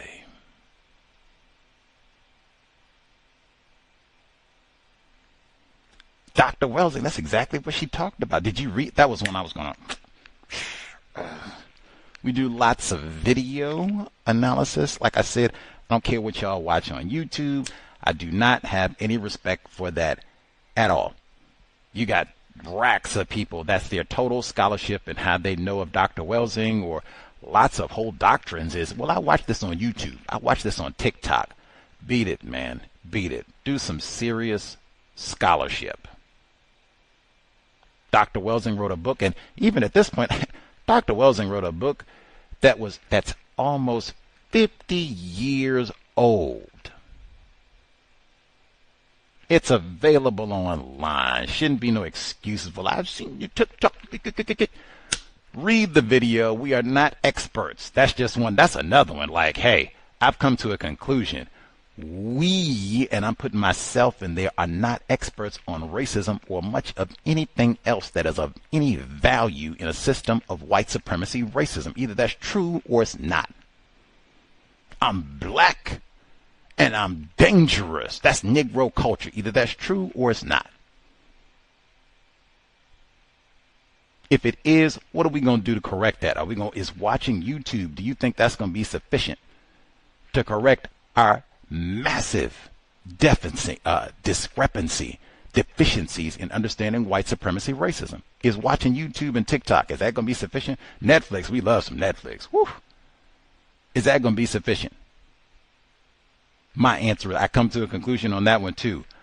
No, we are not great thinkers, and watching TV is not going to solve this problem. Either way, if you come to a different conclusion, please refrain from sending me your crap on YouTube. The fact that I have to say that like every program because people still send me their crap on YouTube. I'm not interested in what you watch on YouTube, Netflix, Hulu. I don't care. I do not come on this program to share with you. Did you believe what I seen on the Netflix? I don't do that, man. Maybe for the film festival, but y'all don't do that, so. And I really don't care what you've seen at the film festival either. Not about watching TV and discussing that with black people. We need to get beyond entertainment. I think it's kind of juvenile. Particularly on the Plantation. That was in the book. That was a part of it, man. I said, man, the only things that they mentioned, it wasn't no black bank. It wasn't no black manufacturing. I'm not talking down because I don't have any of those things either. But I'm just saying, what do white people allow us to do? Go to church. Often. Sororities, fraternities. That's kind of set up like the church anyway. Barbershop. That's what they've been. I'm not, and you've heard all this before. You know this. Black mortician. You've heard all this. You know this. I didn't even hear black golf course. Not that I expected it. I didn't hear black hotel. Not that I expected it, but I'm just saying, it's a reason for that. System of white supremacy racism. What's the correction for that? Watching YouTube? Jumping down other black people's throat? That's another one, for reals. I'm all the way over that. We don't like each other. We don't get along. Right. Black male. I got it. And I'm taking ownership. My skills are horrible. I do not get along with anybody. Fine. I'm going to talk to white people. That's why we have white guest only policy. That's my minimize conflict, because it's very likely I have contact with non-white people. That's what's going to happen. I'm going to shut up. Since that's what it's going to be, back up off the colored folks. I back up off the colored folks. White people are to blame for that, but that don't change my code. I back up off the colored folks. He was in Texas and I'm in Washington State, and I said, woo, too close, too close, too close, too close, too close. Woo. All right. That said, Thursday, neutralizing workplace racism. Susan Smith, cannot wait. Friday, Catherine Massey Book Club. Sobriety would be best under the system of white supremacy racism. We need high-functioning brain computers to solve our problem. I bet Uncle Oliver was not intoxicated. That anecdote that he gave, they were coming at his uncle, I think it was accused of whistling at the white woman, and then his grandfather had to intervene and all that. Man, you do not want to be sober and have something, or under the influence situation like that, or current times. High-functioning brain computer, that's what we need to solve our problem, the system of white supremacy racism. It has been time, Creator, remind us to refrain from saying not all white people are racist. White friends. Whew. remind us to refrain from name-calling people classified as black. Remind us to stop producing throwaway offspring to be raped by Mary Kay Letourneau or drowned by Susan Smith or other white women. It has been time. Replace white supremacy with justice immediately. Cal signing out. Thanks all for tuning in. Nigga, you so brainwashed. I'm a victim, brother. Problem. You're a victim. I'm a victim of 400 years of conditioning. Shut up. The man has programmed my conditioning.